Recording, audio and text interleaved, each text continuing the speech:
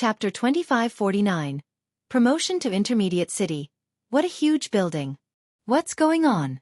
Can a basic city have such a tall construction? Players on the main street were stunned when the Freedom Hotel was suddenly revealed. Previously, the tallest building in Stone Forest City had only been 100 meters tall. But not only did the Freedom Hotel reach another 50 meters above that, but it also occupied a shockingly large area. It easily covered the area of a large-scale sports stadium. Such incredible buildings were even rare in NPC cities, let alone guild cities. The Freedom Hotel's sheer size stunned everyone who saw it. While nearby players discussed this new construction, the Zero Wing members responsible for building the Freedom Hotel were astonished by their own creation. They had known that they had been building an extraordinary superstructure, but they hadn't understood how amazing it truly was until after the Freedom Hotel's completion. Outsiders had no idea how impressive the hotel really was, but they who had built it were perfectly aware. The Freedom Hotel was like another world. It was bigger on the inside than it appeared, and the mana density within was frighteningly high. The Freedom Hotel's mana was around 2 or 3 times denser than in the outside world. Not even Candlelight's basic meditation rooms could compare. Moreover, that had been before the Freedom Hotel had been complete. There was a major difference between complete and incomplete structures in God's domain. A construction in the game functioned like one massive magic array. It wouldn't be complete until the final magic array had been engraved, unable to function. The building would only exhibit its full potential once that task had been accomplished. In other words, the mana density Zero Wings members had felt inside the Freedom Hotel had been a result of the rare materials they had used. It hadn't been amplified by any magic arrays. That wasn't the only thing that amazed Zero Wings architects. None of them had realized the complete building would stand 150 meters tall. Stone Forest City was surrounded by the Cold Spring Forest, and during their meeting on the 27th floor, they had been mesmerized by the view. If they had an opportunity to stay a night on the Freedom Hotel's top floor, they'd jump at the chance, regardless of the price. Players would also rapidly earn the double EXP buff while in the hotel due to the high mana density. Staying in the hotel would substantially boost their leveling speed. After all, every player grinding in level 100 neutral maps had to return to a city to rest sooner or later, and if players could earn the double EXP buff while resting, their leveling speed would be greatly affected. While Zero Wings architects were in awe of the Freedom Hotel's future prospects, Xueqi looked at the peak construction and sighed ruefully. He had only witnessed Superpower's Freedom Hotels during his previous life, yet now, Zero Wing had one of its own. Peak constructions weren't just rare in God's domain. Their powerful abilities were the true reason that drove countless powers crazy. Before Xueqi could call up the hotel's system interface and inspect it properly, however, he heard the sounds of a series of system notifications. System. The large Freedom Hotel is complete. All players involved in the construction receive level +1 and 8,000 free lifestyle proficiency points. System. The large Freedom Hotel is complete. Stone Forest City's popularity increased by 100,000 points. City prosperity level +1, and Stone Forest City's popularity accumulation speed increased by 10%. System. Congratulations! Stone Forest City is the first guild city to own a peak construction. Rewarding Freedom City title. This title will encourage more NPCs to visit Stone Forest City. System.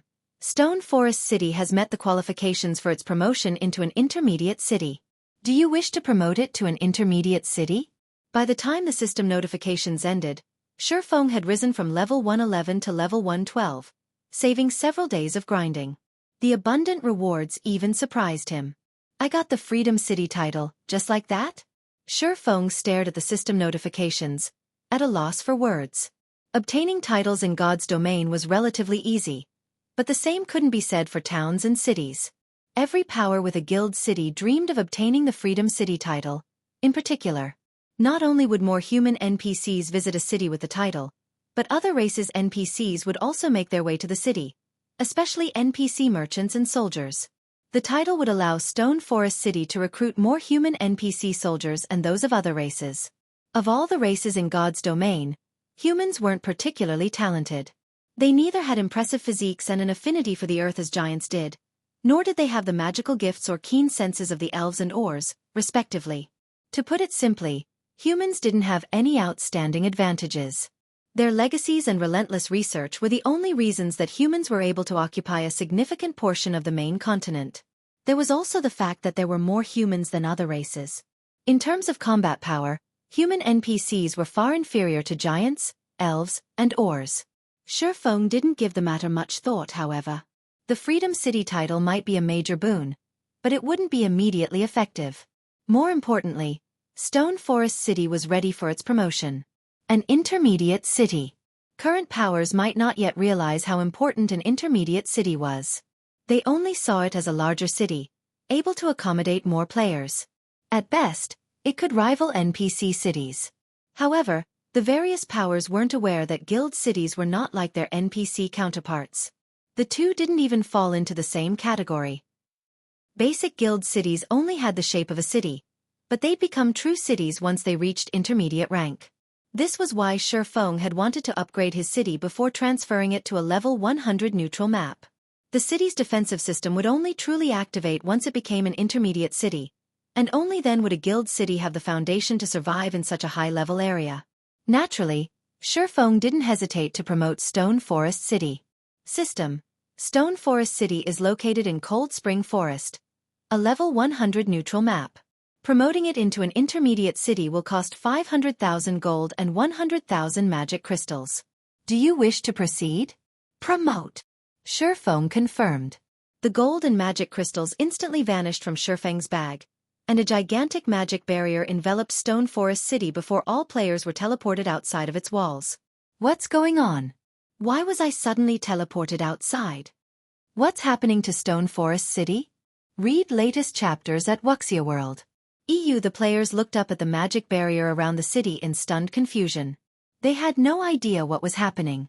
After a moment, however, some guild players' expressions shifted to shock. Is Zero Wing relocating Stone Forest City again? No, I've seen some guild towns promotions before. This magic barrier looks similar. I think Zero Wing is promoting the city. What? Are you serious? Stone Forest City is being promoted?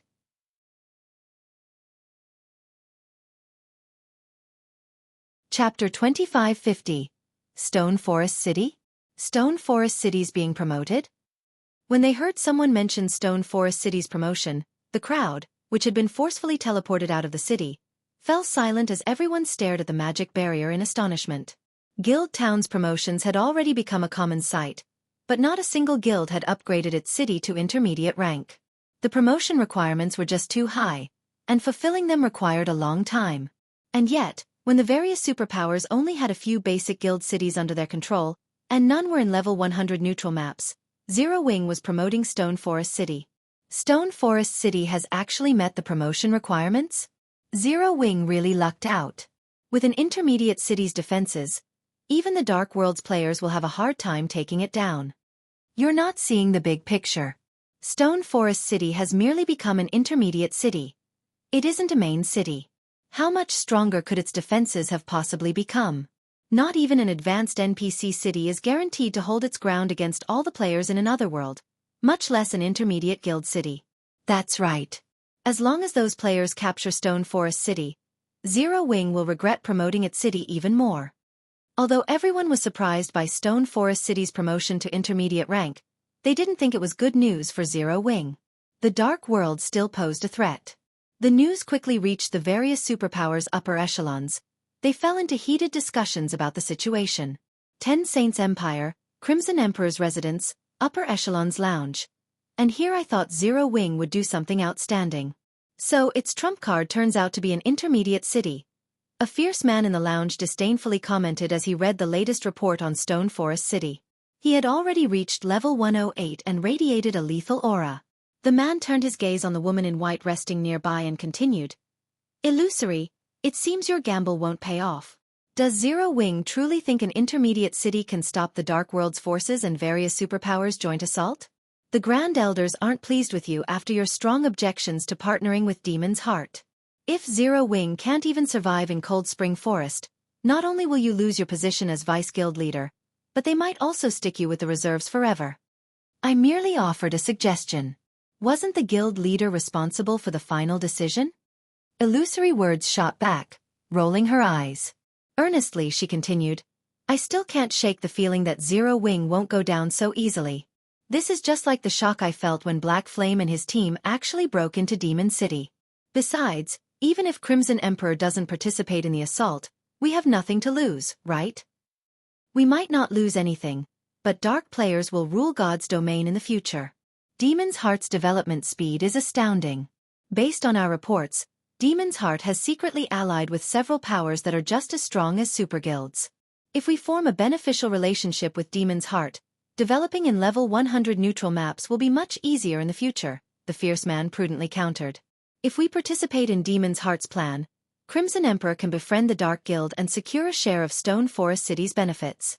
The Grand Elders are likely cursing you for the suggestion right about now. This should have been a chance for Crimson Emperor to profit, but that chance is gone. They'll definitely make you pay for it. Don't blame me for this. There's no harm in being careful. The guild leader likely agreed to my suggestion, thinking the same. God's domain is too unstable right now, and the atmosphere among the various superpowers is growing tenser. Once the dark world connects to the main continent, we'll reach a tipping point. I wouldn't even be surprised if we see superpowers fall, Illusory Word said, smiling bitterly. Initially, she hadn't wanted to dissuade her guild from allying with Demon's Heart and attacking Zero Wing with the other superpowers. She actually agreed that Zero Wing was doomed this time. However, when she recalled Shifeng's performance in Demon City and his mythical display in the Dark Den, she hadn't been able to keep silent against partnering with Demon's Heart. Others might think her suggestion had been ludicrous, but only those who had personally experienced the shock of watching Shifeng single-handedly stop a Tier 5 Demon King's attack would understand how frighteningly powerful the swordsman was. You'll have to explain yourself to the Grand Elders. They just instructed me to visit Stone Forest City with our main force. If Zero Wing's position is lacking, we'll cooperate with the other superpowers, the fierce man said, shrugging helplessly. They're acting already? Illusory Words was a little surprised. Is Demon's Heart on the move? They had only received news of Stone Forest City's promotion a few minutes ago, yet the guild's Grand Elders had already decided to abandon Zero Wing if the situation turned south. Not even the guild leader had opposed the decision. The guild leader and Grand Elders must have received some shocking news about Demon's Heart to drive them to act. They never would have changed their minds so quickly, otherwise. I suspect that's the case, the fierce man said before standing up. He then asked, do you want to come with us? Yes. Illusory Words nodded. If I don't, the Grand Elders will likely view my suggestion as even less reliable. Following which, the fierce man and Illusory Words made their way towards Stone Forest City with Crimson Emperor's main force members. 2 hours after players had been forced out of Stone Forest City, the barrier around it began to crack. Within seconds, it shattered and vanished, revealing a completely new guild city. When the players resting in the nearby forest saw the new city, they were utterly dumbfounded. Stone Forest City's walls had undergone a heaven-defying transformation. Originally, the city walls had only been around a dozen meters tall, but now, they were more than 30 meters. The walls had also been rebuilt with completely different materials. It looked like an iron beast had curled itself around the city. Moreover, magic runes covered the entire length of the walls, giving them a strangely heavy feeling. Read latest chapters at Wuxia World. The city's buildings had also changed significantly. Not only were all of the city's constructions much larger than before, but they also radiated an indescribable pressure. Even from over 1,000 meters away, players felt as if something or someone had locked onto their auras. Even more shocking was the mana Stone Forest City radiated. Players had already been amazed by the mana density in Stone Forest City. It was no exaggeration to claim that no other guild city in God's domain was its match in this regard. But now, Stone Forest City's mana density had reached newfound highs. There was even a faint white mist enveloping everything within the city's walls. Crap! Is that really Stone Forest City? Did Zero Wing replace Stone Forest City with some other city?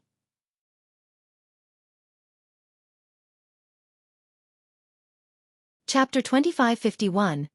Intermediate Cities affects. The crowd began to converse as they stared at the transformed Stone Forest City. However, Zero Wing's members were more shocked than anyone. The moment the seal on the city had lifted, Zero Wing's members had been allowed back in. As they entered the city, they were mesmerized. Aside from the city's mana density, which players could feel from outside of it, these players were stunned by the city's new infrastructure. Not only did the buildings look completely different, but quite a few were now shops, run by non-human NPCs. These shops sold special magic scrolls, potions, food, and drinks that were usually very scarce on the market. Most importantly, Stone Forest City now had NPC trading firm shops. These new shops might look like the ones ordinary NPCs owned, but NPC trading firms often issued quests for players. Once players had earned enough reputation points with a particular NPC trading firm, they could receive special, high-ranked quests that offered bountiful rewards, and if they were lucky, they could even obtain high-quality weapons and equipment by completing these quests. These NPC trading firms were one of the main reasons that even now, independent and guild players frequently visited NPC cities. Now that Stone Forest City had some of these trading firm shops as well, they could continue to earn reputation points and pick up quests, saving them the trouble of returning to an NPC city. What did you do, guild leader? Is this really Stone Forest City? Gentle Snow asked, her heart pounding as she gazed around the main street. Stone Forest City now had just as many high-rise buildings and advanced shops as White River City. Truthfully, she would have assumed that she had entered a major NPC city, if not for the eye-catching Freedom Hotel. The biggest difference between NPC and guild cities was the presence of these NPC trading firms. They were responsible for nearly half of the quests available in NPC cities. These quests granted abundant EXP, but they also offered high monetary rewards. Even for expert players, these quests were a main source of income. This was why players were still tied to NPC cities. If they ignored these quests, they'd lose half of their income, and that would make it difficult for ordinary players to survive in God's domain. The chances of acquiring rare materials and equipment in level 100 maps were incredibly low, after all. At this point, ordinary players only grinded for EXP in level 100 maps. They didn't rely on these areas as a stable source of income. Now that Stone Forest City was home to so many NPC trading firms' advanced shops, the resident players wouldn't have to return to an NPC city to pick up or turn in the trading firm's quests. They could simply do so in Stone Forest City.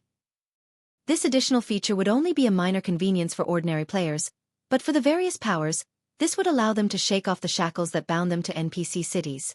If other powers had this feature in their guild cities, they would be able to thrive independently, even without the help of NPC cities. They could develop wherever they wished. Of course, this is Stone Forest City. Once a guild city reaches intermediate rank, it gains the ability to survive independently in the fields, Xueqi said, smiling at Gentle Snow's ecstatic expression. There might only be one rank between a basic city and an intermediate city, but it was like the difference between heaven and earth. This was why he had been so eager to upgrade Stone Forest City to intermediate rank. As an intermediate city, Stone Forest City could thrive perfectly well, even if Zero Wing lost Star Moon Kingdom. At this stage of the game, the competition in NPC cities had grown intense, and they were no longer under player control. As a result, managing NPC cities had become incredibly troublesome, and there was a risk of other powers taking over. In contrast, players had full control over guild cities. If other powers wanted to take one over, they'd have to capture it. However, Xueqi considered the Freedom Hotel's completion as far more important than Stone Forest City's promotion. The hotel would be the key that would lead a guild city to prosperity. Not only was the Freedom Hotel's mana incredibly dense, but players could also set up teleportation arrays within. Unlike NPC cities, there were no return scrolls for guild cities, and gaining them was a major challenge. Freedom Hotels, however, could meet that challenge. Any of the Freedom Hotel's guests could purchase return scrolls and teleport to it at any time and from anywhere. This feature was immensely convenient for players that didn't have a residence or house within the city. Aside from the convenience it offered combat players, the Freedom Hotel would be significantly helpful to lifestyle players. Not only would players accumulate the double EXP buff when resting in the hotel, but they would also earn the double lifestyle proficiency buff. Unfortunately, they couldn't accumulate the proficiency buff quite as fast as the double EXP, but it was a precious bonus to lifestyle players. Tools and potions that increased one's lifestyle proficiency acquisition rate were still insanely expensive on the market, far out of ordinary players' budgets. Guild leader, our members are in place. Should we open Stone Forest City now? Gentle Snow reported once she had calmed down. To cope with the Dark World's invasion, they had dispatched a large fraction of the guild's manpower to Stone Forest City. Even though the city was now much larger, they could still manage it without issues. Moreover, Gentle Snow was eager to show the city off to the public. Once Stone Forest City reopened, independent experts would likely have a hard time sitting still. They might even decide to join Zero Wing after discovering the city's changes. Zero Wing was now the only guild to break free from NPC kingdoms and empires, and with the city's help, the guild's members could level up far faster than other players. Read latest chapters at Wuxia World. Let's wait.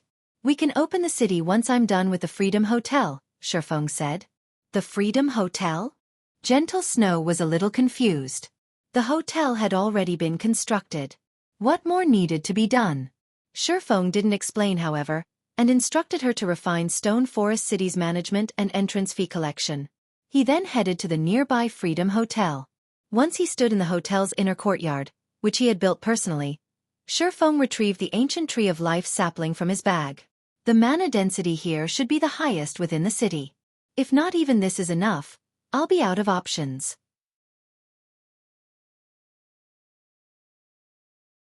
Chapter 2552.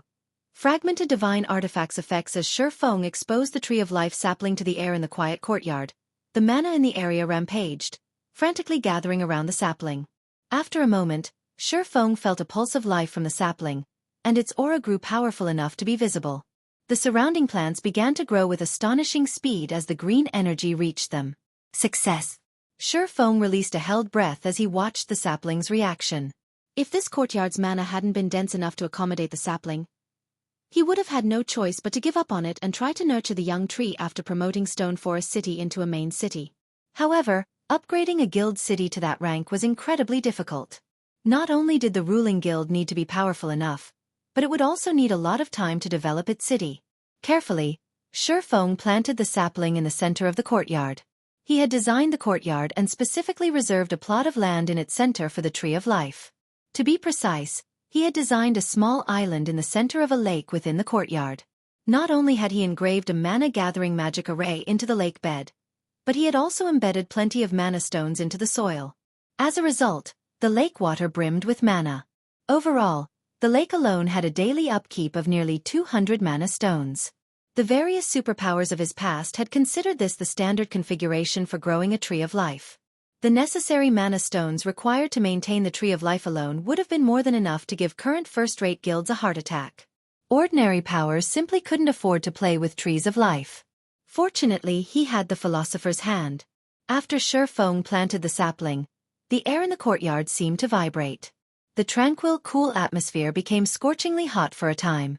It even got to Xueqi. After about 3 seconds, the sapling shot up into a large, emerald tree. Its trunk was so thick that it would require 3 fully grown men to just barely be able to wrap their arms around it. The instant the tree reached maturity, dense life aura spread throughout the inner courtyard, tinting everything with a faint shade of green. The high temperature also began to fall to a pleasant warmth. Xueqi felt as if he were standing in the middle of a field on a warm, sunny day. Is this an effect of a fragmented divine artifact? Xueqi wondered, astonished, as he felt the transformations to the inner courtyard. Just planting the Tree of Life had filled the courtyard with life energy, and it was incredibly dense. Bathing in the aura, Xueqi could sense the foreign energy within him rapidly disappear, and his mind felt unusually refreshed. This sensation wasn't like the calm indifference players experienced when around highly dense mana. Rather, Xueqi's mind felt pure and rejuvenated. It was as if all of his thoughts had been given clear, distinct paths, and he knew exactly what to do. If players could practice combat techniques here, they would have a much easier time learning them. Players needed a clear understanding of the techniques to practice and better execute them, after all. It's a pity that I can't let just anyone enter this courtyard. Xueqi gave the Tree of Life a bitter smile. The Tree of Life had already taken root, and any player could discover the tree's identity with an ordinary identification skill. If news got out that Stone Forest City housed a fragmented divine artifact ranked Tree of Life, not even NPC powers would leave Zero Wing in peace, much less players. Everyone would do everything in their power to steal it. Even so, Xueqi was very satisfied with this outcome. The Tree of Life's bonus effects weren't his goal, but the items it would produce. He urgently needed both the Water of Life and the Nuclei of Life. The tree would also produce the Fruits of Life, which were godly tools for NPCs and players' development. Now, He just needed to wait for the Tree of Life to produce these items. With the matter of the Tree of Life resolved, Xueqi contacted Gentle Snow to ask, "Snow, how are the arrangements on your side coming along?" "Everyone's in position. After our discussion, we've set the entrance fee to 20 silver. Any player capable of exploring level 100 neutral maps is an expert, so they should be able to afford that price," Gentle Snow said. Even at 10 silver per person, Stone Forest City's player population had maxed out. Now that Stone Forest City was an intermediate city, not only had the mana density within its walls increased, but NPC trading firm shops were also available. Hence, Gentle Snow and her subordinates had agreed that even if they doubled the entrance fee, Stone Forest City's player population might still skyrocket. The quests the NPC trading firms offered provided a significant portion of players' income, which was why so many experts insisted on keeping their base of operations in NPC cities. 20 silver? You guys are vicious. Xueqi was a little surprised to hear the new entrance fee. Moreover, based on the woman's expression, she must still consider the price a little low. Revealing a bitter smile, Xueqi continued, "That seems fair, but we are trying to develop Zero Wing as quickly as possible, and to do that, we'll need to attract as many experts to the city as we can. Normally, expert players have their own private teams, which include players of low standards.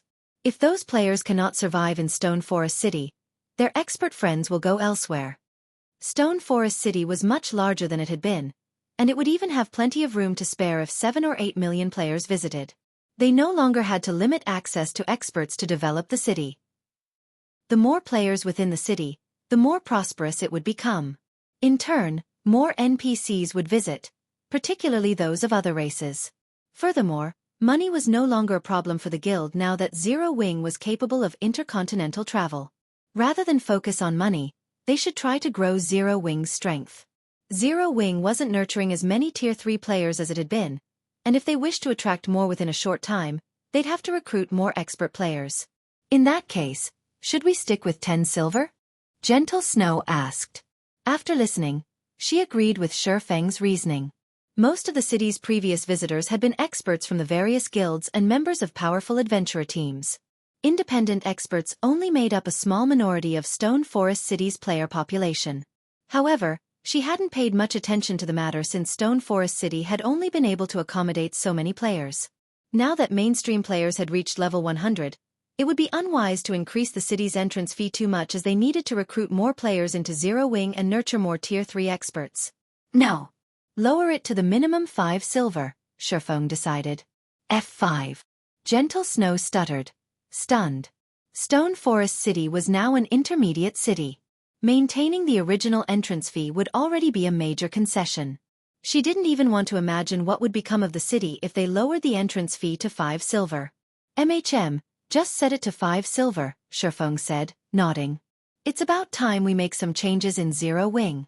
Read latest chapters at Wuxia World." Xueqi then instructed Gentle Snow to open the city to the public after adjusting the entrance fee. Meanwhile, the numerous independent and guild players outside of the city were growing impatient. They all shared their guesses about Stone Forest City's abrupt promotion. "Is Zero Wing really going to make us wait outside for an entire day? I doubt it. There's too many of us out here.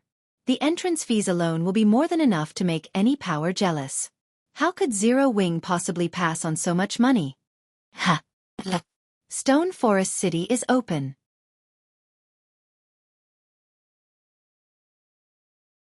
Chapter 2553. Shocking Stone Forest City in Cold Spring Forest's inner area. A 100-man team of superbly equipped, level 107+ experts ate up the ground as it followed the forested path towards Stone Forest City. The weakest of the team's mounts was secret silver rank, and as the team boldly flew down the small path, all players in their way stepped aside, none daring to hinder the team's advance. Even the various major powers members moved aside. Players didn't just move out of the expert team's way because of their imposing auras, but because of the guild emblem these players wore. It was Crimson Emperor's emblem, and not even God's domain's major powers could afford to offend the guild. "Remember what the Grand Elders told you, Illusory. You are not to act unnecessarily once we're in Stone Forest City." The fierce man riding a 6-clawed warbear and leading Crimson Emperor's main force warned Illusory words, who had been silent during their entire journey. Although he didn't know what made her think Zero Wing could stop Demon's Heart's assault, the guild's word was law. If illusory words leaked any information to Zero Wing, and the various powers or demon's heart discovered it, she would put their guild in a very awkward position. I at least have that much common sense. I'm only going to take a look. You don't need to worry, Illusory Word said, chuckling. Personally, she didn't think Zero Wing stood much of a chance against the various superpowers and demon's heart. She only thought the guild wouldn't go down so easily. She simply wanted to visit Stone Forest City to verify her assumption. When the two fell silent, a tall, beautiful female swordsman with short hair rode forward and matched paces with Illusory Word's mount. Unlike the other experts on the team, she wasn't wearing Crimson Emperor's guild emblem. Are you sure it's all right to take us with you, Vice Guild Leader Illusory? The short-haired woman asked. If Xueqi were present, he'd be quite surprised. This short-haired swordsman was none other than Graceful Monarch from the Dark Den's Extreme Light Shelter. Relax. We're just going to take a look. We're not conducting some secret operation.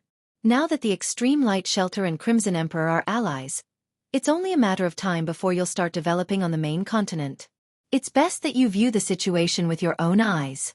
Cold Spring Forest will likely become one of the main battlegrounds between regular players like us and dark players, and there are quite a few superpowers in Stone Forest City right now. Such a grand occasion doesn't happen every day, Illusory Word said, smiling. I can rest easy then, Graceful Monarch said, nodding and breathing a sigh of relief. By now, she understood how insignificant the Dark Den was in God's domain, and after witnessing Crimson Emperor's residence, she realized what it meant to be a true superpower. Purple Rakshasa's description of superpowers had been an understatement. Before the various superpowers, the Extreme Light Shelter was nothing. It didn't even come close to rivaling first-rate powers. She was already quite fortunate that Crimson Emperor had wanted to ally with the Extreme Light Shelter. Monarch, I told you that Big Sis Illusory is a very nice person. It's all thanks to her that I improved so quickly. Since she's agreed to bring you and your team along on this trip, you'll definitely grow a lot stronger. The other shelter's experts might not even be a problem for you once you return to the Dark Den, Purple Rakshasa whispered, smiling as Graceful Monarch nervously fidgeted even after Illusory Word's reassurance. Our visit to the main continent has certainly been full of surprises. I had never thought the guild Blue Frost belongs to would be so powerful. Not only did Zero Wing slay troubled times, but it has also forced Demon's Heart to use its trump card, Graceful Monarch whispered back. She didn't know exactly how formidable Zero Wing was, but the fact that the guild had accomplished such feats meant that Shelter 1 wouldn't have to worry about its future. Zero Wing is indeed amazing, but it is only a pseudo-superpower right now. It still doesn't compare to Crimson Emperor. Since the Extreme Light Shelter and Crimson Emperor have entered a partnership, you won't have to worry about the shelter's development, Purple Rakshasa said. She knew what her companion was thinking. Chuckling, she continued, Zero Wing is about to face every player in a major otherworld. Even if it isn't annihilated, those players will at least partially cripple the guild. Shelter 1's development will likely become a problem. With the threat of destruction looming over Stone Forest City, Zero Wing wouldn't likely be able to help Shelter 1 in the future. In contrast, the Extreme Light Shelter had Crimson Emperor's help. Becoming one of the Dark Den's top 3 shelters should be entirely possible. While Graceful Monarch and Purple Rakshasa continued their conversation in whispered tones, the team left the forest that surrounded Stone Forest City. Stone Forest City lies ahead. Be careful once you enter the city. Many superpowers have hidden their forces within. If you accidentally offend one of them, we'll have trouble to deal with. Illusory Words warned the two from the Dark Den. Zero Wing's main headquarters is ahead of us? Curiosity flashed in Graceful Monarch's eyes. I'll finally get a look at how strong the guild behind Blue Frost is. She still hadn't forgotten the image of Xueqi stopping the Demon King's hand in the Dark Den, and it piqued her not long after Illusory Words' warning. The silhouette of a gigantic city came into view. It was just as splendorous as the major NPC cities in the Ten Saints Empire. The mana density radiating from Stone Forest City was especially noticeable.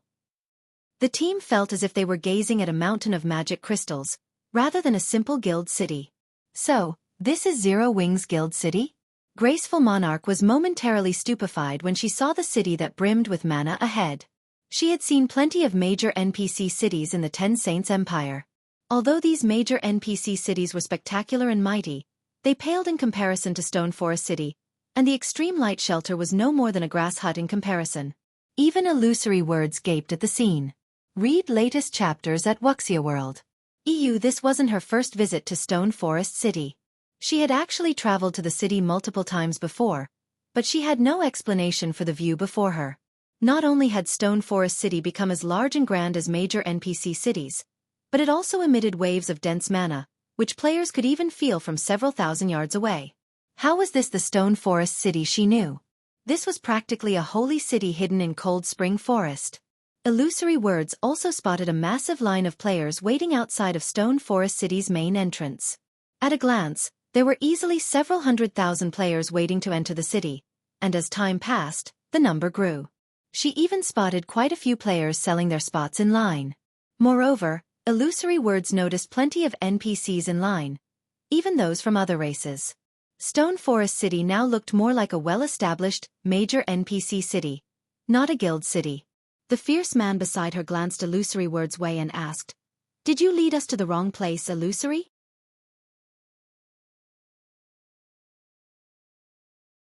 Chapter 2554. Zero Wings Trump Card? With the fierce man's question hanging in the air, the rest of Crimson Emperor's members turned to Illusory Words. The Stone Forest City, before them, was simply too impressive. It was hard to imagine this was merely an intermediate city. They had been busy within the Ten Saints Empire, so they had only heard about Stone Forest City. This was their first visit. Only Illusory Words, who preferred to wander throughout God's domain, had ever seen the city before. These are the coordinates. This should be Stone Forest City, Illusory Words said, giving the fierce man a bitter smile. The sign above the gate clearly states this is the city we're looking for. This shouldn't be a mistake. In truth, even after seeing the sign, she felt as if she had arrived at the wrong place. This looked nothing like the Stone Forest City she had visited in the past. It almost looked like a major NPC city. Furthermore, there was too much mana wafting from the city. Not even the holy city of Titan had such dense mana. Stone Forest City looked nothing like a player-owned city. Crimson Emperor's members snapped out of their daze and examined the city before them. Just as Illusory Words had said, this was undoubtedly Stone Forest City. Crimson Emperor's members weren't the only players shocked by Stone Forest City's new appearance. Some of the various major powers experts that had come to investigate the upgraded city were just as astonished by what they found. No one had ever thought a guild city would change so drastically when it grew from a basic city to intermediate rank. Black Flame really is amazing. With so much mana in the city, players will still choose to rest here, even with the Dark World's imminent invasion. With the entry fees alone, Zero Wing won't have any financial worries for a while. Galaxy Past, the Star Alliance's guild leader, enviously commented as he gazed in awe at the splendorous city before him. Once upon a time in Star Moon Kingdom, the Star Alliance had stood toe-to-toe with Zero Wing. However, while the Star Alliance had been nursing headaches over its daily income, Zero Wing was swimming in money. Nowadays, the various guilds' main source of income was the entrance fees they collected in their guild towns and cities. But as more towns and cities rose up in neutral maps, the competition between them grew intense. To maintain an edge over their competition, most guild towns and cities had reduced their entrance fees to a painful low. Stone Forest City, on the other hand, wouldn't have such worries. As the sole guild city in a level 100 neutral map, it had no competition whatsoever. It could set whatever entrance fee it wished, and plenty of players would still visit the city. That's for sure. Zero Wing will make a killing. You've just arrived, so you might not realize how insane the guild is, but Zero Wing is only charging 5 silver per person to enter the city. I've heard that it's the lowest price you can set for an intermediate city. Other guild cities in neutral maps charge at least 2 silver per person, but they're nothing compared to Stone Forest City. Many of my friends are planning to shift their base of operations to Stone Forest City, and I'm sure they're not alone in that idea. I suspect we'll see the number of players trying to get an increase by at least 10-fold. An independent Tier 3 shield warrior in front of Galaxy Past in line said, nodding in agreement. 5 silver. Flourishing Willow, the Tier 3 female ranger behind Galaxy Past, stared at the shield warrior with wide, shocked eyes, doubting his claim. First-rate guilds like the Star Alliance had no choice but to reduce their entrance fees due to how much competition they faced, but Stone Forest City was unique. Even if it cost 20 silver to enter the city, a ton of players would still use it as their bases, let alone 10 silver. God's domain had far too many players and innumerable experts. Stone Forest City wasn't nearly large enough to accommodate so many players. With a guild city's limited capacity and the fact that Zero Wing wouldn't have to worry about customers, increasing the entrance fee was the wisest decision. Yet Zero Wing had done the opposite. Flourishing Willow simply couldn't believe it. Even Crimson Emperor's members, who had just found a place in line, were astonished when they learned about the city's cheap entrance fee. Charging anything less than 20 silver would be an insult to such a sacred resting ground as Stone Forest City in their opinions. They had even been prepared to pay 30 silver per person to enter the city. Not only would the city's incredibly dense mana help players rapidly recover from exhaustion, but players would also see astounding results if they trained within the city. 30 silver was more than worth such benefits for experts like them. So, what was the point of lowering the entrance fee to 5 silver? So, this is Black Flame's trump card.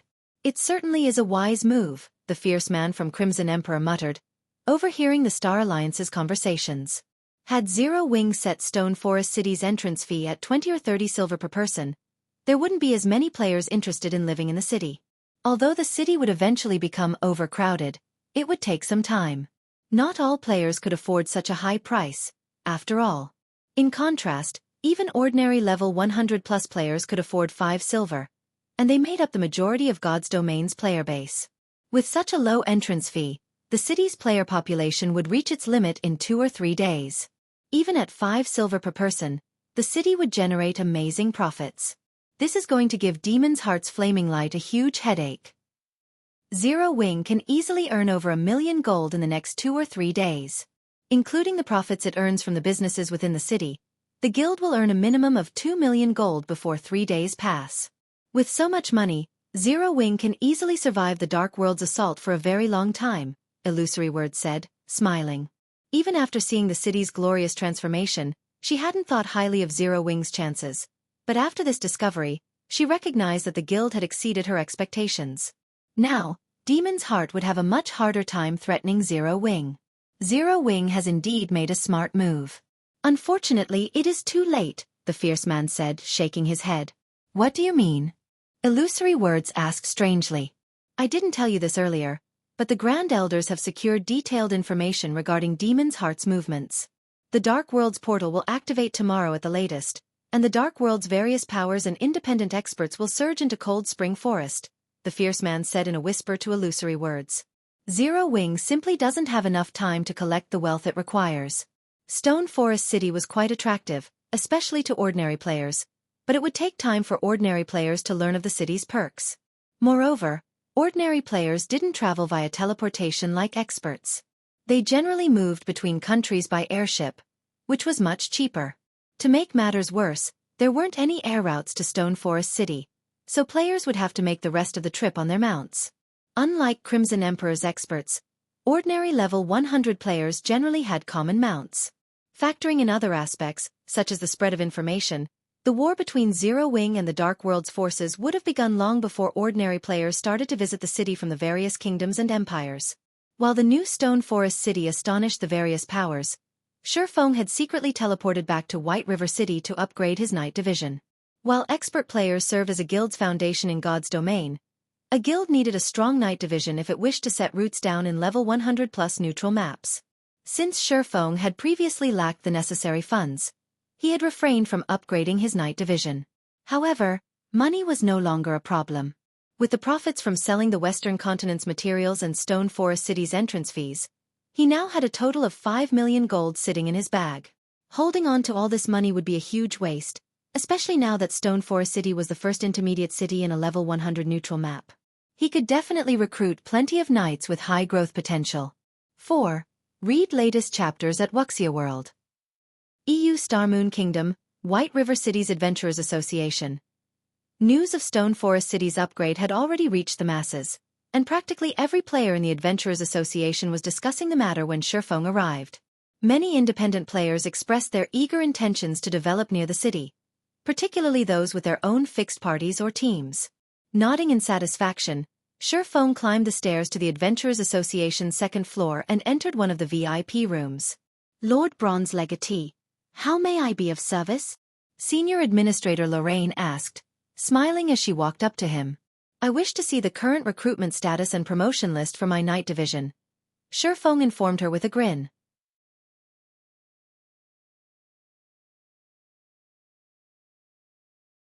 Chapter 2555. All new Night Division. Lorraine nodded to Xueqi's request and promptly left to retrieve the relevant information.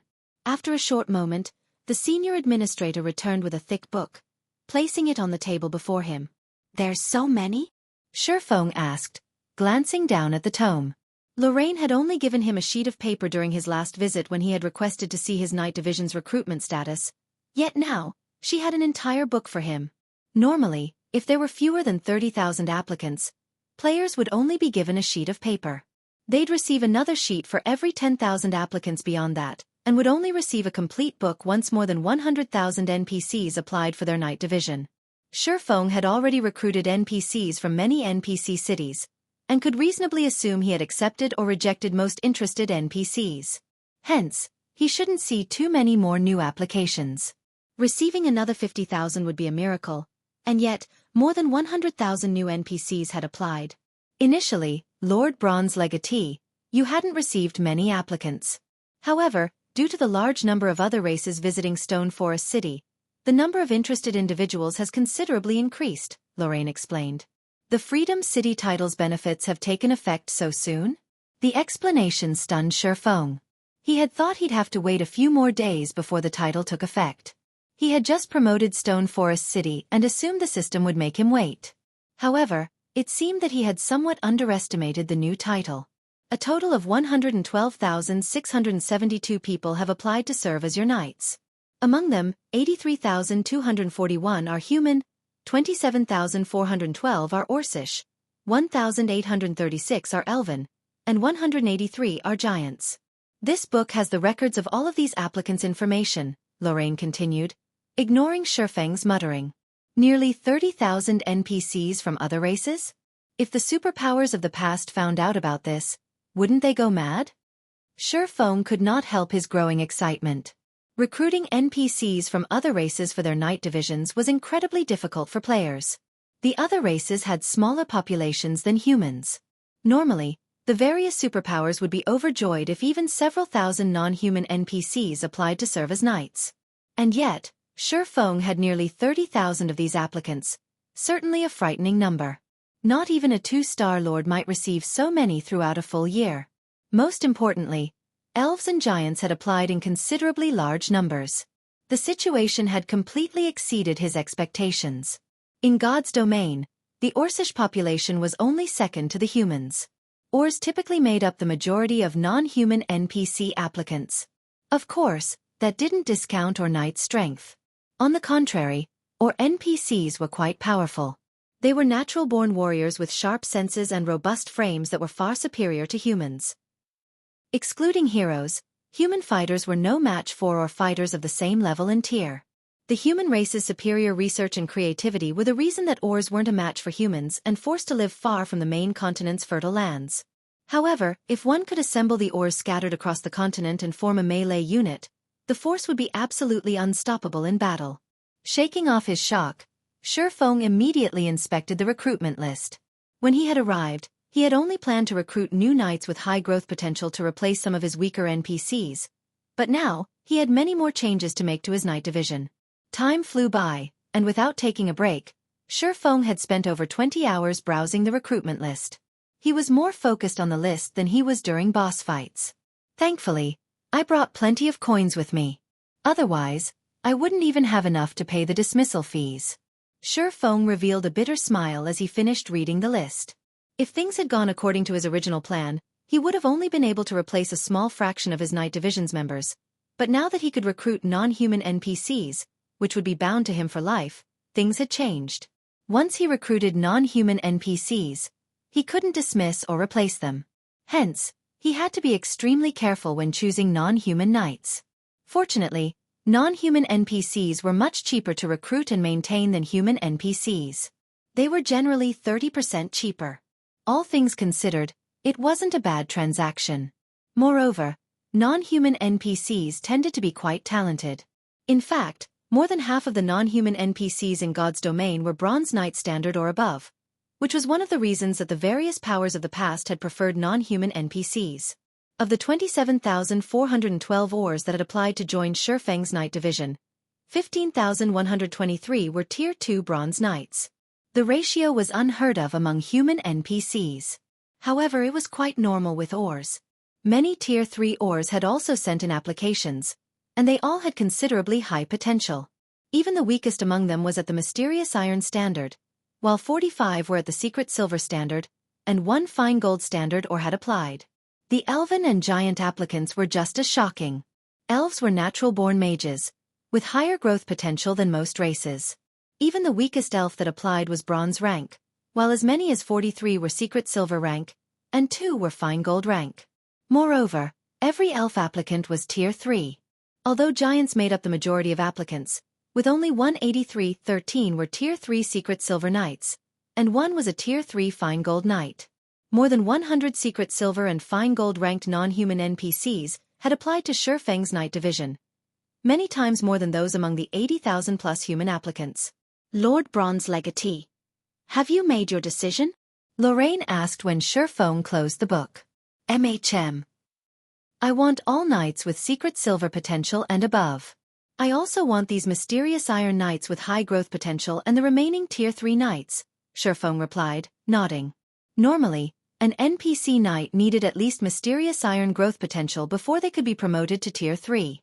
Even in the later stages of God's domain, Tier 3 NPCs would be considered a powerful force.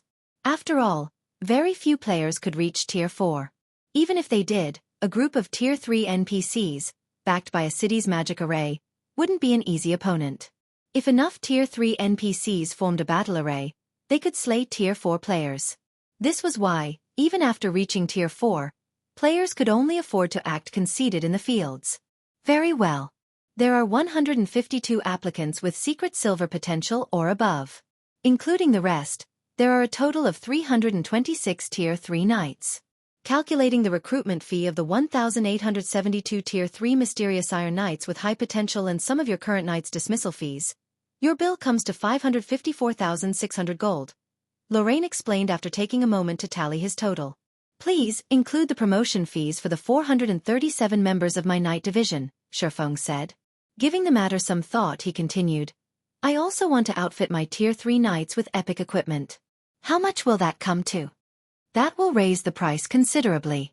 If we include the 437 people that will be promoted to Tier 3, you will need an additional 5,640,000 gold to arm all of your Tier 3 knights with epic equipment.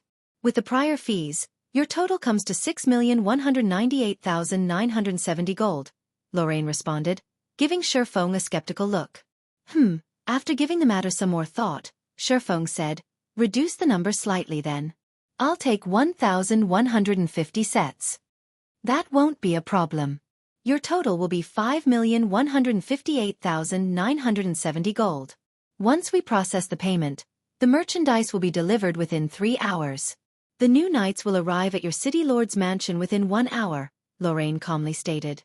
Xueqi then nearly emptied his bag of coins, and in the blink of an eye, he was once again a pauper. Nurturing a knight division really is expensive. It's no wonder why all of the superpowers that had knight divisions were poor, Xueqi muttered, bitterly smiling at the less than 3,000 gold in his bag. While Xueqi upgraded his knight division, in a remote canyon in the distant Cold Spring Forest, a group of black-clad magical class players chanted an incantation along the edge of a gigantic magic array. The array covered a 200-yard radius, and in its center stood an indifferent handsome youth with a night-black crystal in his left hand, while writing a series of divine runes with his right. With each line of completed runes, a shard broke off of the crystal and disintegrated. Read latest chapters at Xueqi World. EU. When the crystal was nearly gone, the youth completed the final line of divine runes. Suddenly, the sky above the magic array split, and a colossal door dropped from the spatial tear.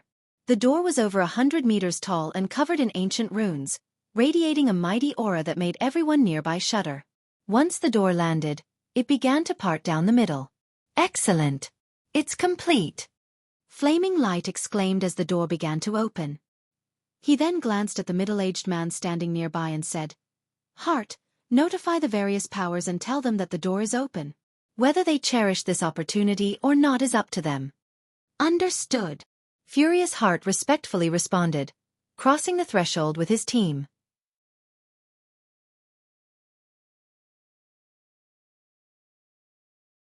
Chapter 2556, Crazy Freedom Hotel Cold Spring Forest, Stone Forest City. As news regarding Stone Forest City spread to more independent players, the number of small adventurer teams visiting the city continued to increase. Less than a day after the city's reopening, it had become somewhat crowded, and even more players had lined up to enter the city. A six-man party of cloaked players, all radiating darkness energy, stood among the long line, and none of the nearby players even dared to take half a step closer to them. Those players' killing intent is so strong. Not even dark players, who constantly slaughter others in the fields, have such intense hostility. Who are those people? Their killing intent isn't the only thing that's intense. Look at their equipment. They might have concealed the glow effect, but all of their items are engraved with magic runes. Their equipment should be fine gold rank or higher. Level 105 fine gold equipment. Not even the various superpowers main force members necessarily have such top-tier items. Although the independent players nearby were afraid of the six-man party, they couldn't help but envy the party's equipment. Ever since mainstream players had reached level 100, demand for level 100+ secret silver weapons and equipment had skyrocketed, but supply remained incredibly low.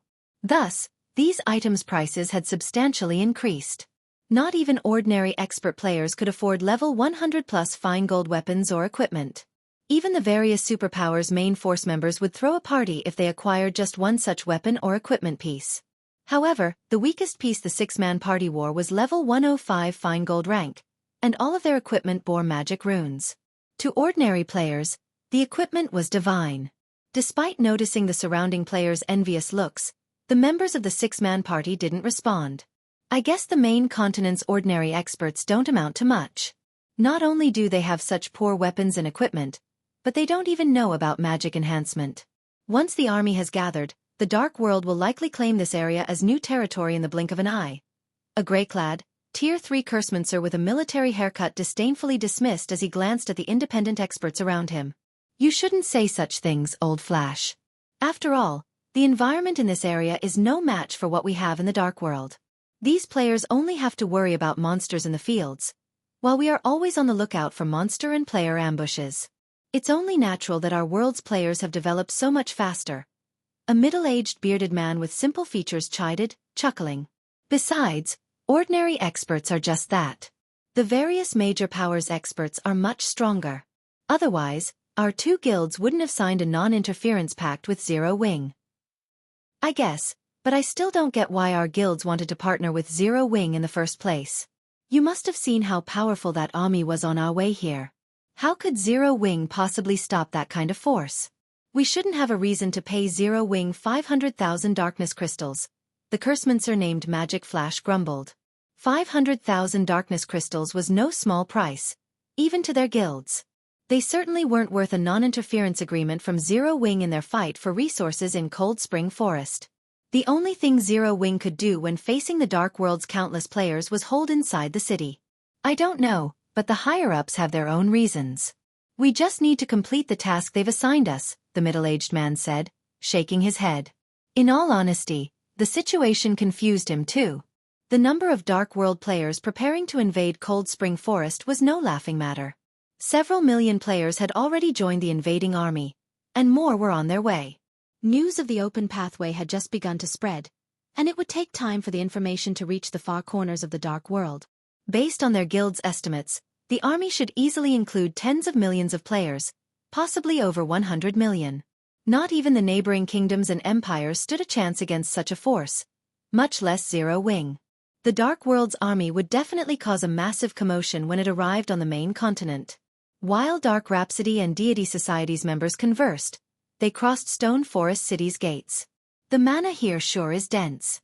If Dark Rhapsody's guild cities had this much mana, we'd easily become the #1 guild in the Dark World, Magic Flash noticed, envious when he felt the mesmerizing mana in the air. It is certainly astonishing. It's no wonder why so many superpowers want this city, the bearded middle-aged man replied. What a pity. If Demon's Heart hadn't opened the Dark World's portal in Cold Spring Forest, Zero Wing might have become a massive threat to the various superpowers, Magic Flash said, glancing around at the crowd of players and NPC merchants. Seeing so many people, he, more or less, understood why his superiors had decided to ally with Zero Wing. Stone Forest City was no less prosperous than major NPC cities.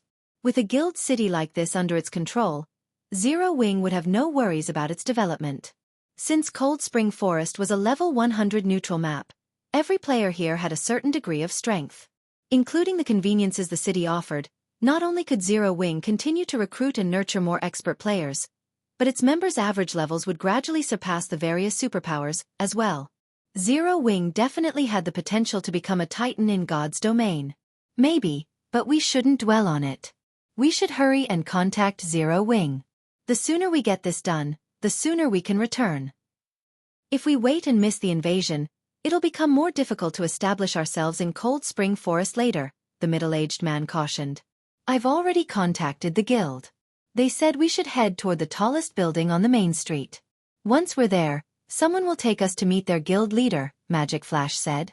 You mean that building? The middle-aged man asked, pointing to the Freedom Hotel in the center of the city. Astonished, he continued. I'm impressed that Zero Wing managed to erect such a tall building. The tallest building either of our guilds has constructed is only a little over 50 meters tall, but that thing is at least 150. So what if it's tall? Someone is still going to take it from them, Magic Flash growled, sneering. The middle-aged man didn't try to refute Magic Flash's assumption. Such a tall building would only be useful for visual impact. Zero Wing would have been far better off spending its money to strengthen its members, in his opinion. Strength meant everything in God's domain. The cloaked players then made their way toward the hotel. They didn't take long to reach it, and when they did, they noticed a long line of players both inside and outside of the Freedom Hotel. Many of the players in line were Tier 3 experts, and some of their auras even made Magic Flash and his companions shudder with fear. There were dozens of those experts, too. Even more surprising, every one of those experts obediently stood in line before the Freedom Hotel's front desk. The scene stupefied Magic Flash and his party. Normally, such experts could act as vice-commanders, even commanders, of their guild's legions. Players of their caliber warranted respect, regardless of where they were, yet they waited in line with a bunch of ordinary players. What was happening here? Moreover, Magic Flash's party was confused by the fact that every one of those experts, including the peak experts, seemed excited and grateful to receive one of the Freedom Hotel's room tokens from the front desk. Suddenly, Gentle Snow approached the cloaked party, asking, "Are you representatives from Dark Rhapsody and Deity Society?"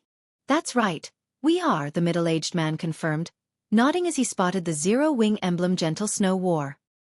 He was more than a little surprised when he sensed Gentle Snow's powerful aura. "In that case, please follow me. Our guild leader is waiting in the reception room upstairs," Gentle Snow said after verifying the party's identity. She then led the party to the elevator that would take them to the appropriate floor. Many of the experts waiting for their room tokens were jealous as they watched Magic Flash's party follow Gentle Snow. Crap! Who are those people? They actually get to use the elevator that'll take them to the 80th floor and beyond. They must be Zero Wing's allies. If I remember correctly, only the hotel's silver members get to stay on those floors. You need more than just coins and magic crystals to become a silver member, too. You also need to earn a large number of membership points. I've heard that not even top adventurer teams commanders were granted silver memberships. Zero Wing is too stingy. It actually wants us to earn points just to stay in this hotel. I wonder when I'll earn enough to become a silver member. It's not all that unusual. There are only a limited number of rooms available, after all, and I've heard that the advanced rooms on the 80th floor and above are amazing. Not only is the recovery speed there 30% higher than in normal rooms, but each room also has its own training room. Players can practice simple combat techniques by themselves in those training rooms. Seriously. You can actually practice your combat skills in the advanced rooms. This won't do. I need to become a silver member as soon as possible. The players waiting in the Freedom Hotel's lobby were indescribably jealous as they watched Magic Flash's party enter the elevator. Their reactions confused the dark players. A short moment later, the group arrived on the Freedom Hotel's top floor. Read latest chapters at Wuxia World. EU. The instant Magic Flash and the others set foot on the Freedom Hotel's top floor, their minds felt serene. To be precise, they felt mentally refreshed as if their thoughts had found their own unique paths. They could now conceptualize ideas without confusion. So, this is Zero Wing? Magic Flash and the others couldn't help but gasp when they felt the change. They had already been astonished by the Freedom Hotel's manna, but compared to this environment, the lobby was nothing. If they could train on this floor, they'd see results dozens of times faster. They might even be able to break into the Void Realm. Our guild leader is inside. Please go in, Gentle Snow said, not surprised in the slightest to see the 6 players' astonished expressions. She simply smiled as she opened the reception room's doors.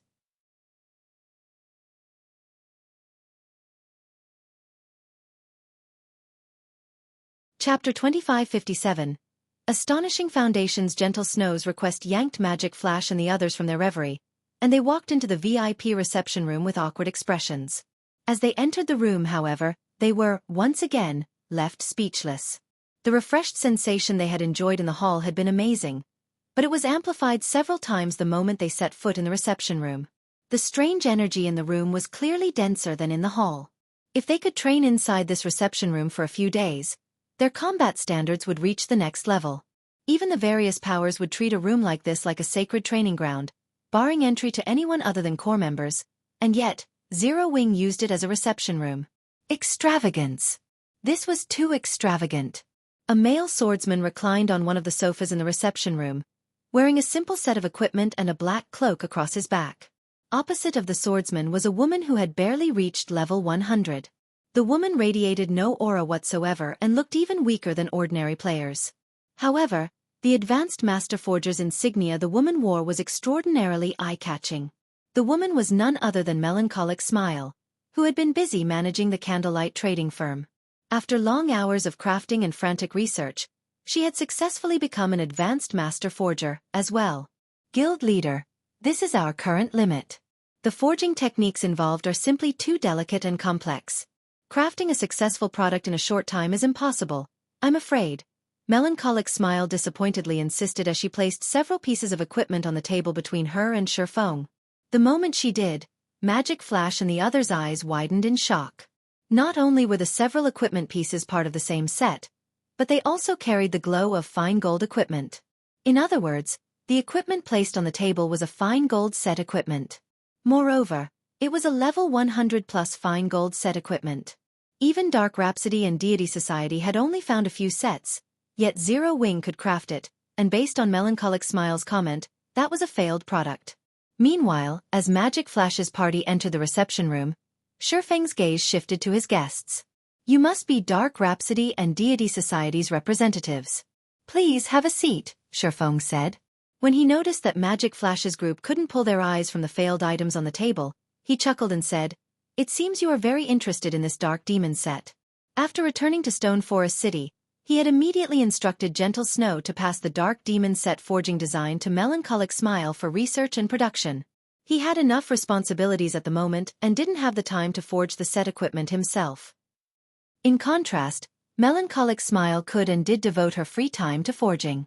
Hence, she improved her skills a lot faster than Xueqi could. She had even become an advanced Master Forger before he had. The Candlelight trading firm also had Cream Cocoa, who focused all of her time on forging since she didn't have any management duties as Melancholic Smile did. She improved even faster than Melancholic Smile and had become the first advanced Master Forger in Candlelight. Now the trading firm had two. Unfortunately, the Dark Demon set proved far more difficult to produce than Xueqi had expected, and even after working together, Cream Cocoa and Melancholic Smile had barely managed to craft one fine gold set. Moreover, their production success rate wasn't particularly high.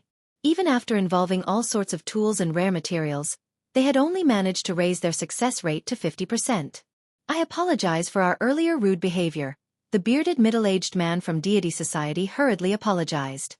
It's just that level 100 plus fine gold set equipment is a truly rare sight. I had never imagined that Zero Wing was capable of crafting such equipment.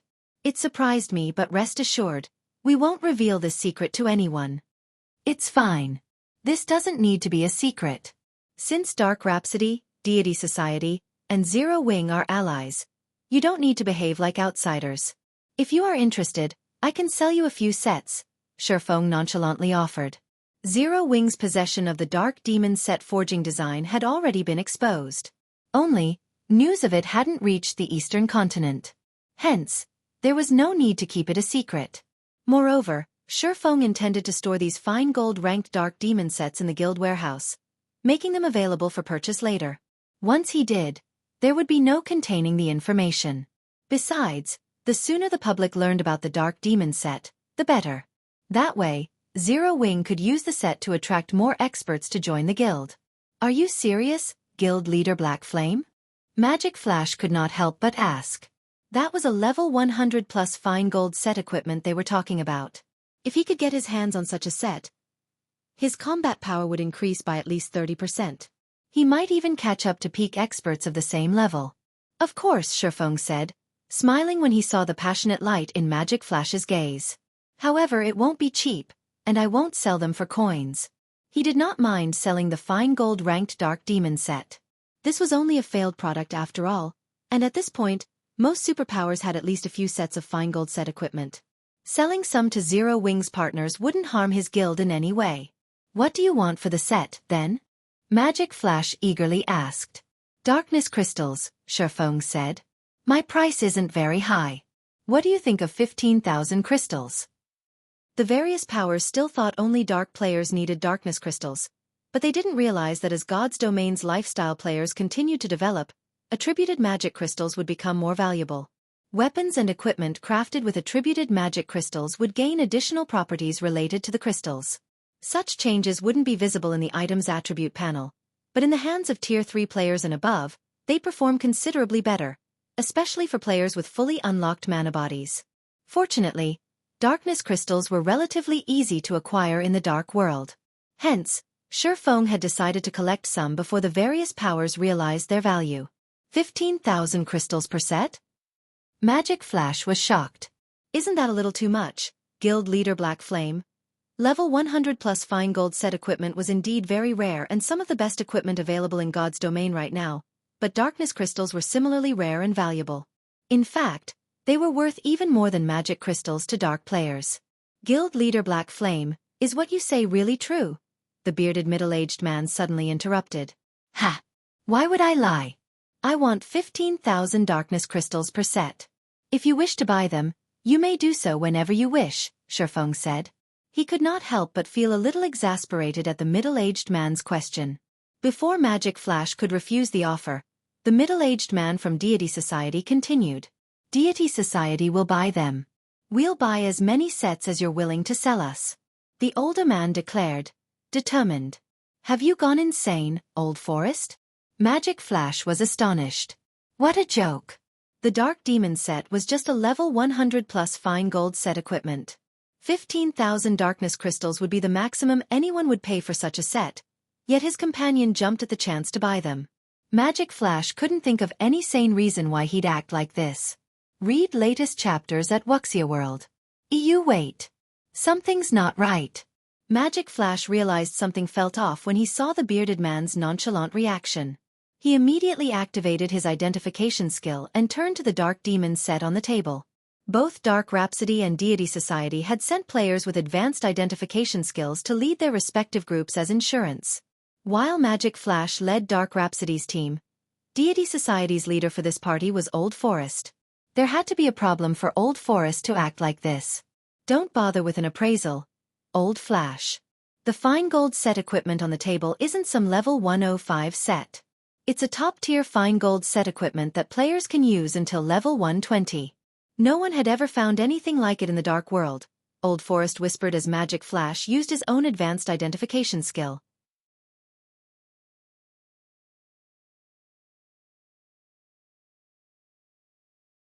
Chapter 2558.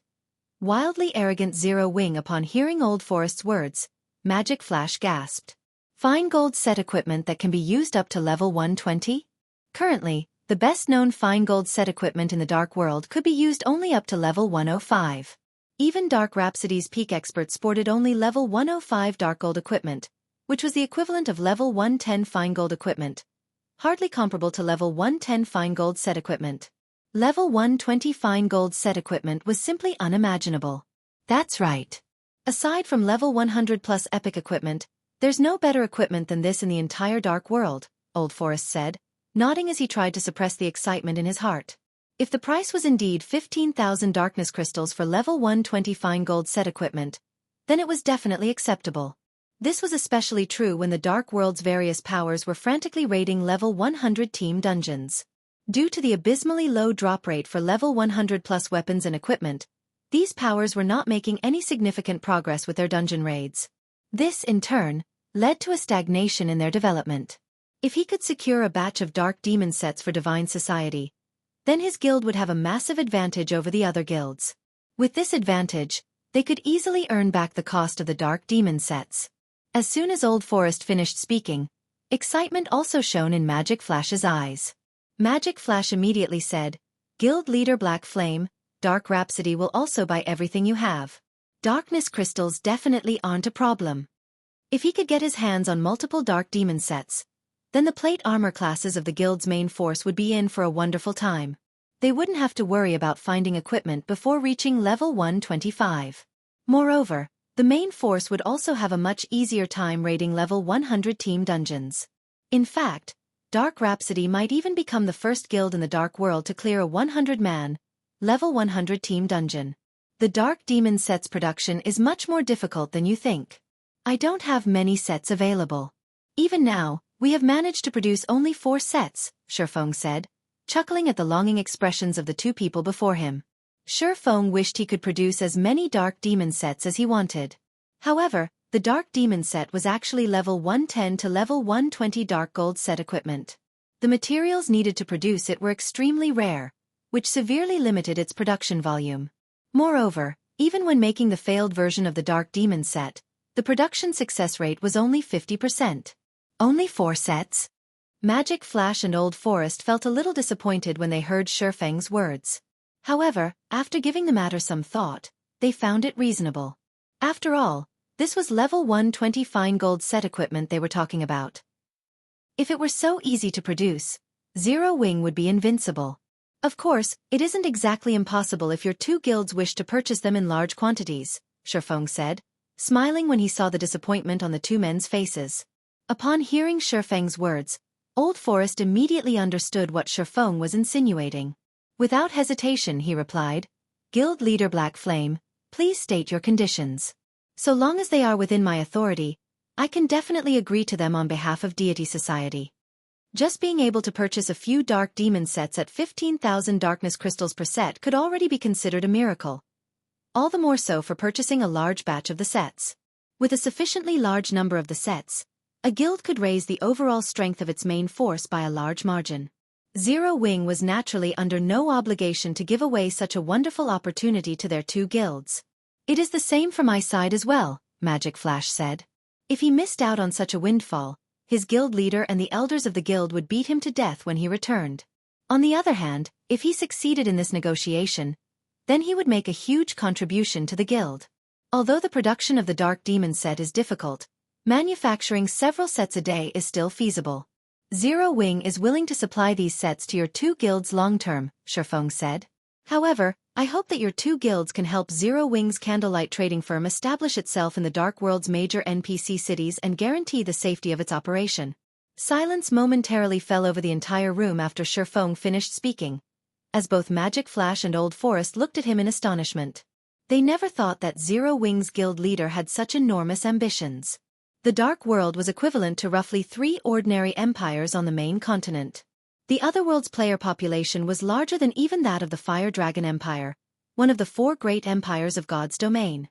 As the Dark World had been sealed all this time, it had almost no contact with the main continent whatsoever. Hence, the Dark World's various powers thoroughly monopolized the Otherworld's NPC cities. Moreover, the NPC cities found in the Dark World were different from those found on the main continent in that players held partial authority over them, which made taking over the Dark World's NPC cities incredibly difficult for outside powers. Meanwhile, the opening of the Dark World's portal now presented both the Dark World's powers and the main continent's powers with a huge business opportunity. Needless to say, the main continent's various superpowers would definitely contest over this opportunity, and would naturally be willing to offer unimaginable prices. "Guild leader Black Flame, I'm afraid I don't have the authority to decide on such a matter," Old Forest stated honestly. "Moreover, this matter involves a lot of interests. Even if Zero Wing is offering up the Dark Demon set, I do not believe my superiors will agree to your condition." As for Magic Flash, He inwardly rolled his eyes at Shifeng's demand. The Dark Demon set might be capable of further elevating the strength of their guild's main forces, but its value was nothing compared to the wealth of 3 empires' worth of players. This was also one of the reasons why the various superpowers were avoiding hostilities with dark guilds, as doing so would mean losing a massive business opportunity. At this moment, let alone team leaders like Magic Flash and Old Forest, even the other 4 members of the party disdained Xueqi. Xueqi was actually trying to secure such a huge business opportunity by offering just a few sets of fine gold set equipment. Did he take them for fools? Read latest chapters at Wuxia World. Moreover, Zero Wing was already having problems keeping its position in Cold Spring Forest, yet Xueqi actually wanted to enter the Dark World's various NPC cities. This was a complete and utter joke. Don't be in such a rush to reject my offer. I understand that this involves a lot of benefits. I know even the Dark Demon set is insufficient to persuade your 2 guilds, Xueqi said, chuckling at the duo's reactions. However, what if I can make it so that the people of your 2 guilds can freely move between the Dark World and Cold Spring Forest, while everyone else from the Dark World cannot? Guild leader Black Flame. What do you mean? Old Forest asked, unable to grasp Xueqi's meaning.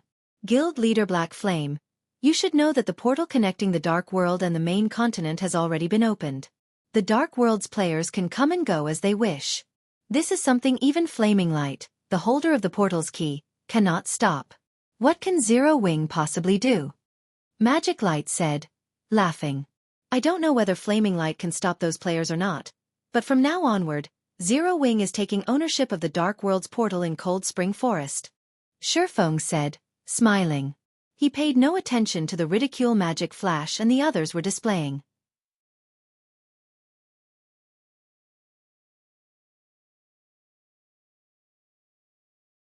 Chapter 2559. Heading toward the Dark World? Magic Flash and his companions stared at Xueqi in stunned silence. How arrogant! This swordsman was wildly arrogant. Not even the main continent's super guilds would dare spout such nonsense. They were talking about all of the players in an entire otherworld, and not just any ordinary otherworld, but one subjected to cruel competition. Residents of the Dark World had to be extremely careful. Not only could a single mistake cost them their lives, but someone else could also benefit from their hard work. Hence, the Dark World had almost no ordinary players. Most would delete their accounts and try to start over in another world after spending just a few days in the other world. The players that chose to remain were either experts or particularly skilled at survival. When tens of millions of these players swarmed Cold Spring Forest, not even 5 superpowers working together could stop them all, much less a single superpower. Even if the various superpowers on the main continent banded together, they'd pay an unimaginable price to defeat the Dark World's denizens. Their losses might be severe enough to cause their eventual collapse. Xueqi, however, had just declared that Zero Wing could take control of the Dark World's portal. For a moment, Magic Flash and his party wondered if this swordsman had lost his mind. Did the man assume that he owned God's domain? Guild leader Black Flame, I don't mean to doubt you, but this matter does involve too many interests. I do not have the authority to agree to such a deal, Old Forest insisted. After taking in a deep breath, he continued. Only my guild leader can preside over this matter. The most I can do is inform him of your offer. I cannot say whether or not he'll agree.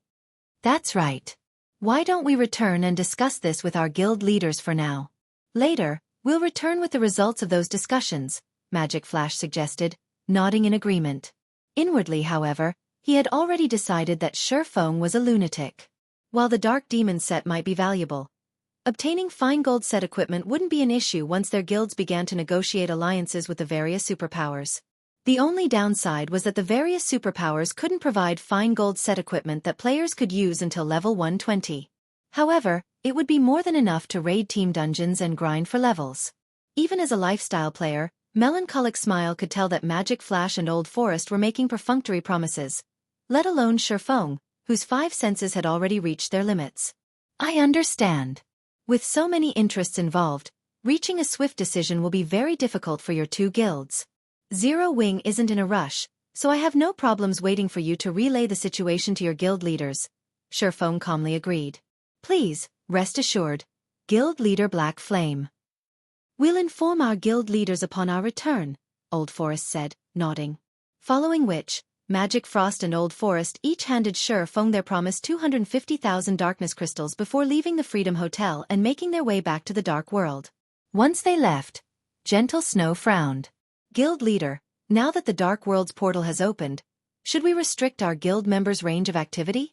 Gentle Snow asked. She hadn't expected the portal to open so quickly.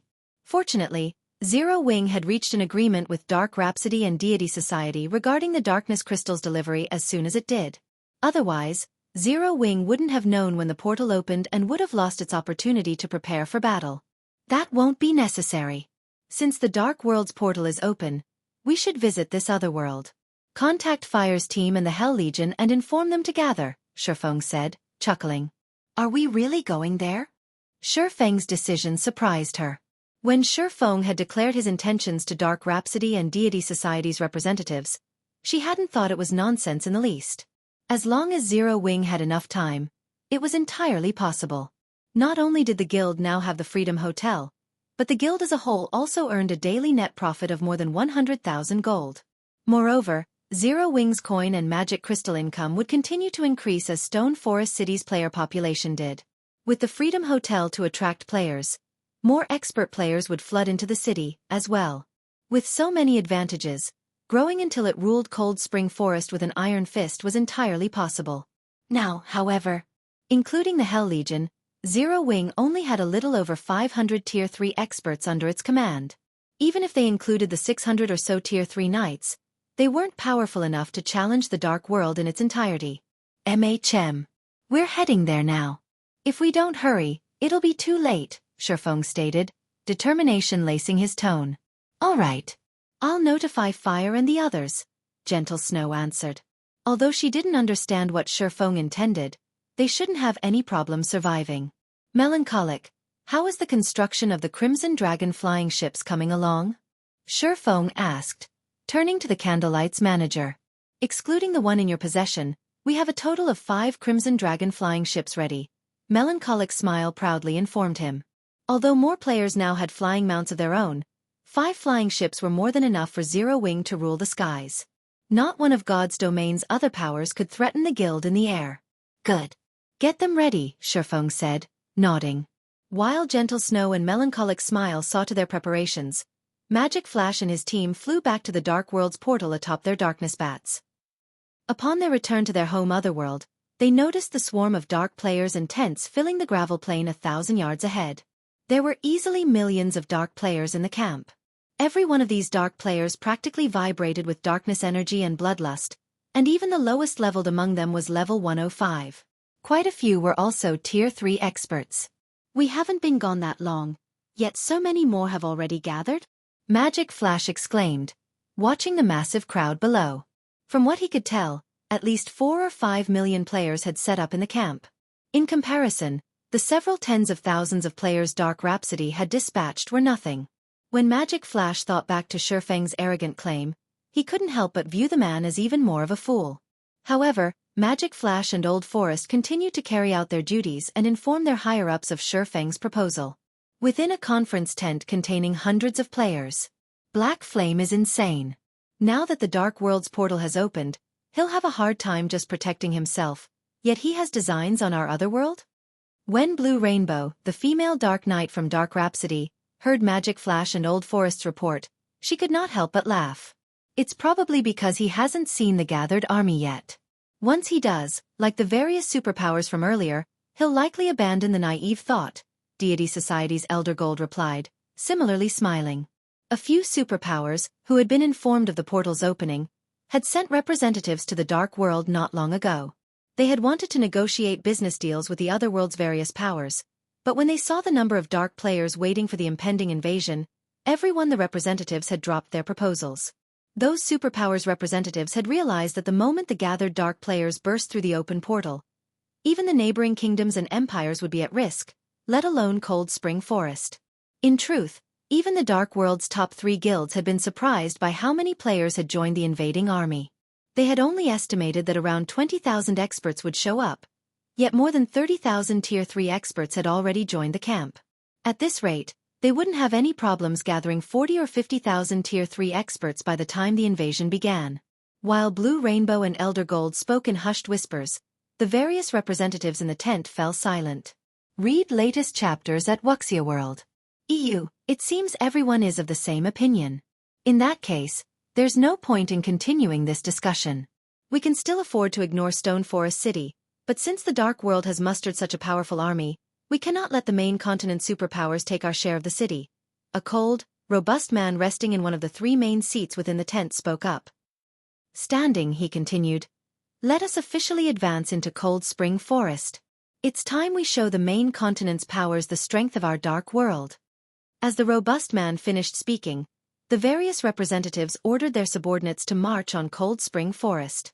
The several million players in the plain began to stomp toward the gigantic door before them, shocking the scouts the main continent's superpowers had sent. These scouts immediately contacted their superiors to inform them of the shocking scene. Meanwhile, in an advanced room on the Freedom Hotel's 29th floor. So, in the end, they're still invading? Yuan Tiexian shook his head and sighed when he read his subordinate's message.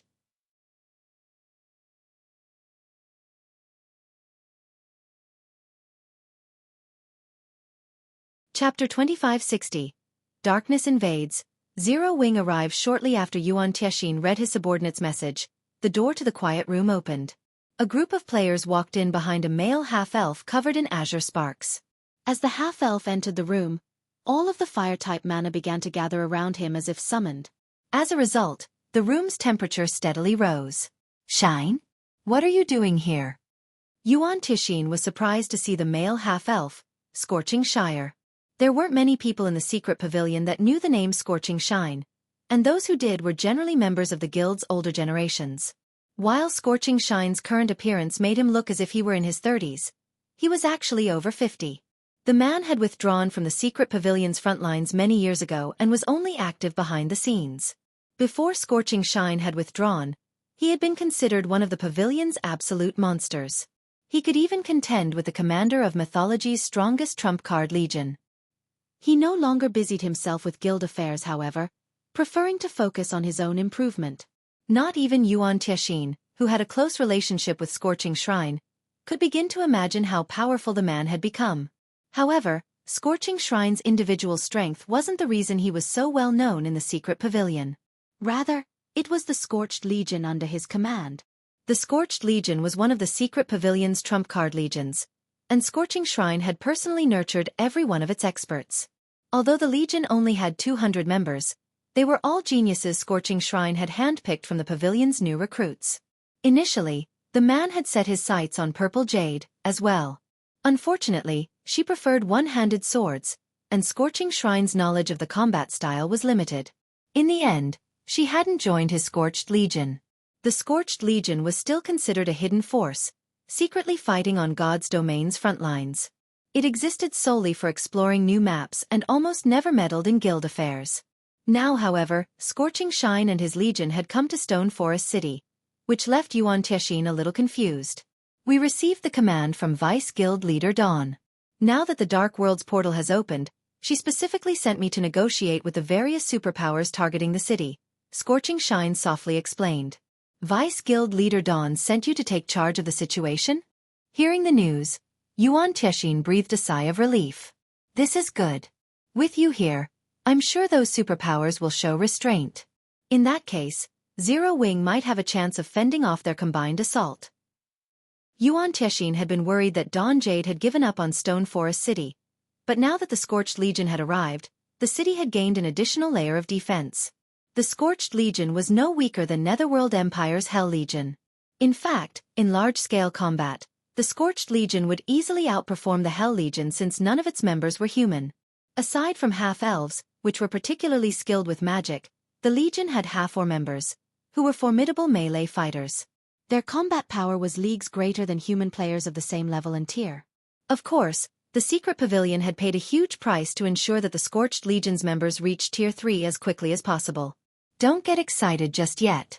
Stone Forest City's recent promotion has made the various superpowers even more desperate to obtain it.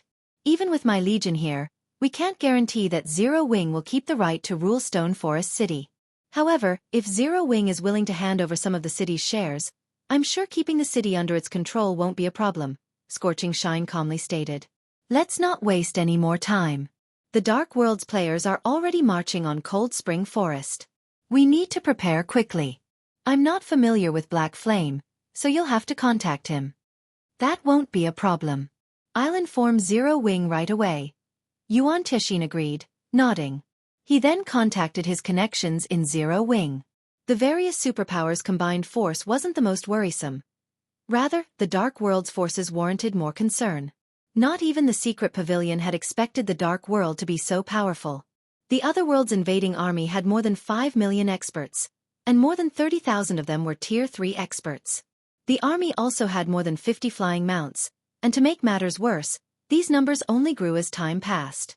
If this army were allowed to flood into Cold Spring Forest, the consequences would be dire. Shortly after Yuan Tixin contacted Zero Wing, however, he froze in shock. Old Yuan, has something happened with Zero Wing? Scorching Shine asked. His curiosity piqued when he noticed his old comrade's stunned expression. Not long ago, Black Flame led a team to the Dark World's portal.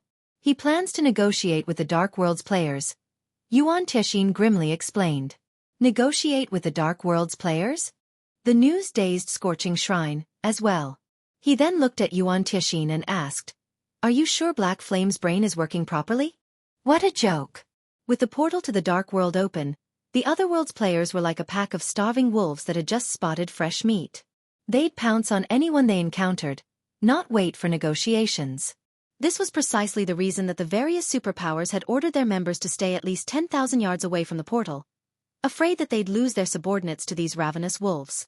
Xueqi, however, was doing the exact opposite.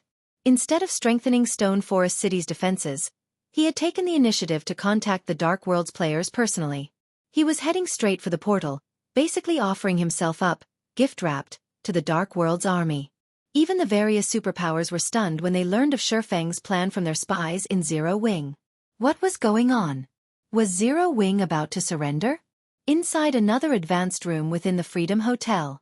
Illusory, it seems Zero Wing will fall, even without the various superpowers' interference, the fierce man from Crimson Emperor said as he read a report from his subordinate. Shaking his head, he continued. We won't even have to wait 2 or 3 days for this war to conclude. Everything will likely end today. This is insane. We're talking about an entire otherworld of experts. Why would he pull such a crazy stunt? Illusory Words couldn't believe her eyes when she read the report. When Xueqi had tried to challenge an entire city with only several hundred players, she had seen a possibility for him to succeed, but trying to repel all of the players from an otherworld was a fool's dream. This was no longer a force an individual power could hope to overcome. While Illusory Words and many others were puzzled by Xueqi's most recent ploy, Furious Heart, who had been busy persuading the Dark World's players to act, received the news. Interesting. It seems Black Flame really loves a fight. He must think this battle will be just like the one in Demon City, Furious Heart laughed as he read the report. Hopefully, he doesn't turn and flee after witnessing the Dark World's army. I wouldn't want this to be too boring. Elated, Furious Heart shifted his gaze to the invading army that marched through the portal into Cold Spring Forest. In the face of this army of several million dark players, even a kingdom would fall, much less Zero Wing. Following which, Furious Heart tossed aside the report and led his team through the portal. When the Dark World's players arrived in Cold Spring Forest, a commotion broke out among the army. So, this is the main continent? Crap. There are so many rare ores and herbs nearby. This place is ours for the taking. The dark players couldn't help their growing excitement as they drank in the beautiful scenery in Cold Spring Forest. They wanted nothing more than to claim the surrounding resource areas right away. Even the upper echelons from the otherworld's various powers looked around them with a passionate flame burning in their eyes. They had to admit that Cold Spring Forest was a much higher quality than the Dark World's level 100 maps. As long as they could collect these resources, neither their individual development nor their guilds would be a problem. Before the Dark World's residents could celebrate, however, they heard a loud roaring from the distance, a deep rumble that echoed throughout the valley the portal occupied. Read latest chapters at Wuxia World.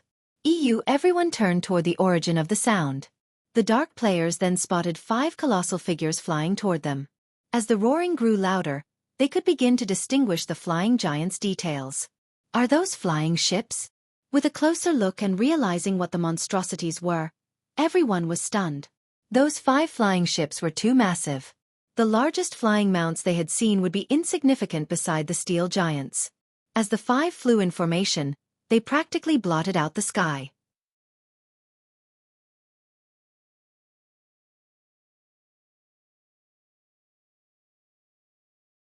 Chapter 2561, Zero Wings Foundations. Madness time. Why are so many flying ships here? Did we trigger some kind of event, and NPCs have come to deal with us? The sudden appearance of the 5 flying ships stunned the dark players emerging from the gigantic door. They all began to talk about the incoming ships, anxious. Flying ships were no longer a foreign concept to God's Domain's players, but their familiarity was precisely the reason that the dark players were afraid of how powerful the machines were. Flying ships were powerful war weapons and absolute kings in the skies. One of those ships could effortlessly squash humans like ants. Current players, who sorely lacked aerial combat power, saw flying ships as unstoppable and destructive tools. With 5 flying ships approaching, why wouldn't these dark players worry? Wait, something's not right. There are players aboard the flying ships. A Tier 3 ranger, gifted with sharp vision, shouted as he pointed to the Crimson Dragon flying ships hovering above them. Nearly everyone's eyes narrowed as they tried to get a better look at the ships, and just as the Tier 3 ranger had announced, players stood on each of the flying ships' decks. While they were still too far off to get a clear view of the players, the green diamond markers were undoubtedly above the blurry figures' heads. Who are those people? They actually have flying ships. Could it be a super guild? Their curiosity piqued. The dark players wondered who piloted the incoming vessels. Flying ships were still far out of reach for the Dark World's residents. They barely had any flying mounts after all, and yet, 5 player-owned flying ships were flying toward them right now. Even the upper echelons from the other world's various major powers were stunned. 5 flying ships. Who are these people? What are they trying to accomplish? 1 or 2 flying ships might not be a major problem, but 5 was a little too much. None of them wanted to face such a force in battle. If it did come down to a fight, the outcome wouldn't be in their favor, even if they eventually won. While the Dark World's powers discussed the situation in hushed tones, the 5 ships descended, stopping roughly 100 yards above ground. A figure then jumped from one of the ship's decks, landing in the center of the dark players' army. The players on the ground unconsciously stepped back, quickly clearing the way for the figure to land unhindered. As the figure landed, the various powers' upper echelons stared with wide, shocked eyes, particularly Magic Flash and Old Forest, who had just returned from their trip to Stone Forest City. The individual who had jumped from one of the flying ships was none other than Zero Wings Guild leader, Black Flame. It's him? Impossible. When Magic Flash and Old Forest saw Shurfeng's familiar face, they couldn't believe their eyes. Any power capable of owning 5 flying ships had to be a superpower with heaven-defying strength in their opinions, and yet, the reality was that Zero Wing, a guild at risk of obliteration, was responsible for this display. How could they possibly believe this? Sure enough, it is Zero Wing, Blue Rainbow thought, standing behind Magic Flash. Unlike the 2 representatives, she didn't seem all that surprised to see Shurfeng. Is this why he is so confident? The Dark World's general populace considered flying ships to be out of players' reach, but when Dark Rhapsody had investigated Zero Wing's background, it had discovered that the guild owned multiple ships. This was why Shurfeng had failed to surprise her. Of course, she wasn't entirely unfazed. She was a little shocked to discover that Zero Wing had as many as 5 fling ships. It was a few more than her guild's reports had stated. When Furious Heart saw this, his lips formed a tight frown. Intense rage and fear flashed in his eyes as he watched Shurfeng. How is this possible? How does Zero Wing have so many flying ships? Furious Heart's eyes were bloodshot as he stared at the steel giants in the air. His guild had already been concerned when they received the report mentioning 3 flying ships in Zero Wing's possession. Now that he knew the guild had 2 more than that, Stone Forest City would be much more difficult to deal with. As the Dark World's major powers recognized Shurfeng and were astonished over his guild's foundations, an indifferent, robust man emerged from the crowd. The instant he stepped forward, he attracted all of the major powers' attention, and everyone watched him with respectful gazes. This robust man was Dawn Dominance, World Domination's guild leader. He was a legend in the Dark World. Not only had he single-handedly developed World Domination to become one of the other world's top 3 guilds, but he was also one of the Dark World's top-ranked experts. Dawn dominance was precisely why Dark Rhapsody and Deity Society were so afraid of the up-and-coming world domination. He had even been chosen to preside over the earlier war conference. You must be Zero Wings Guild leader, Black Flame. Dawn Dominance addressed Xueqi.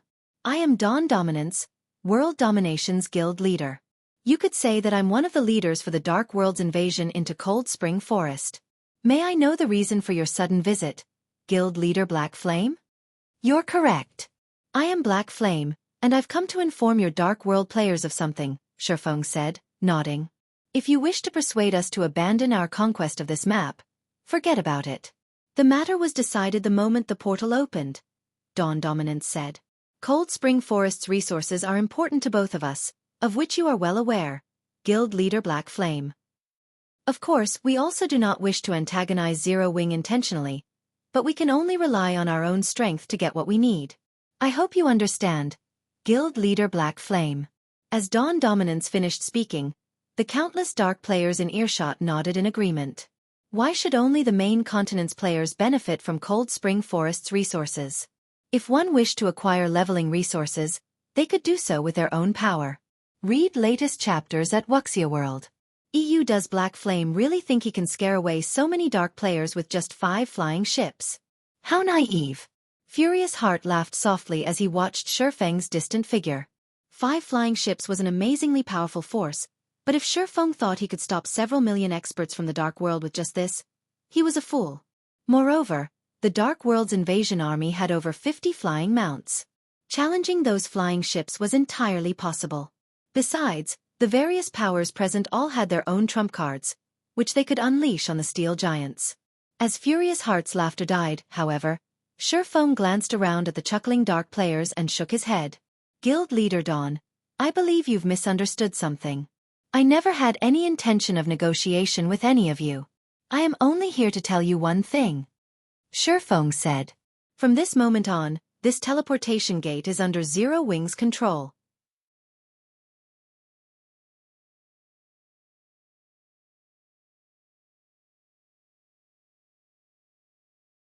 Chapter 2562.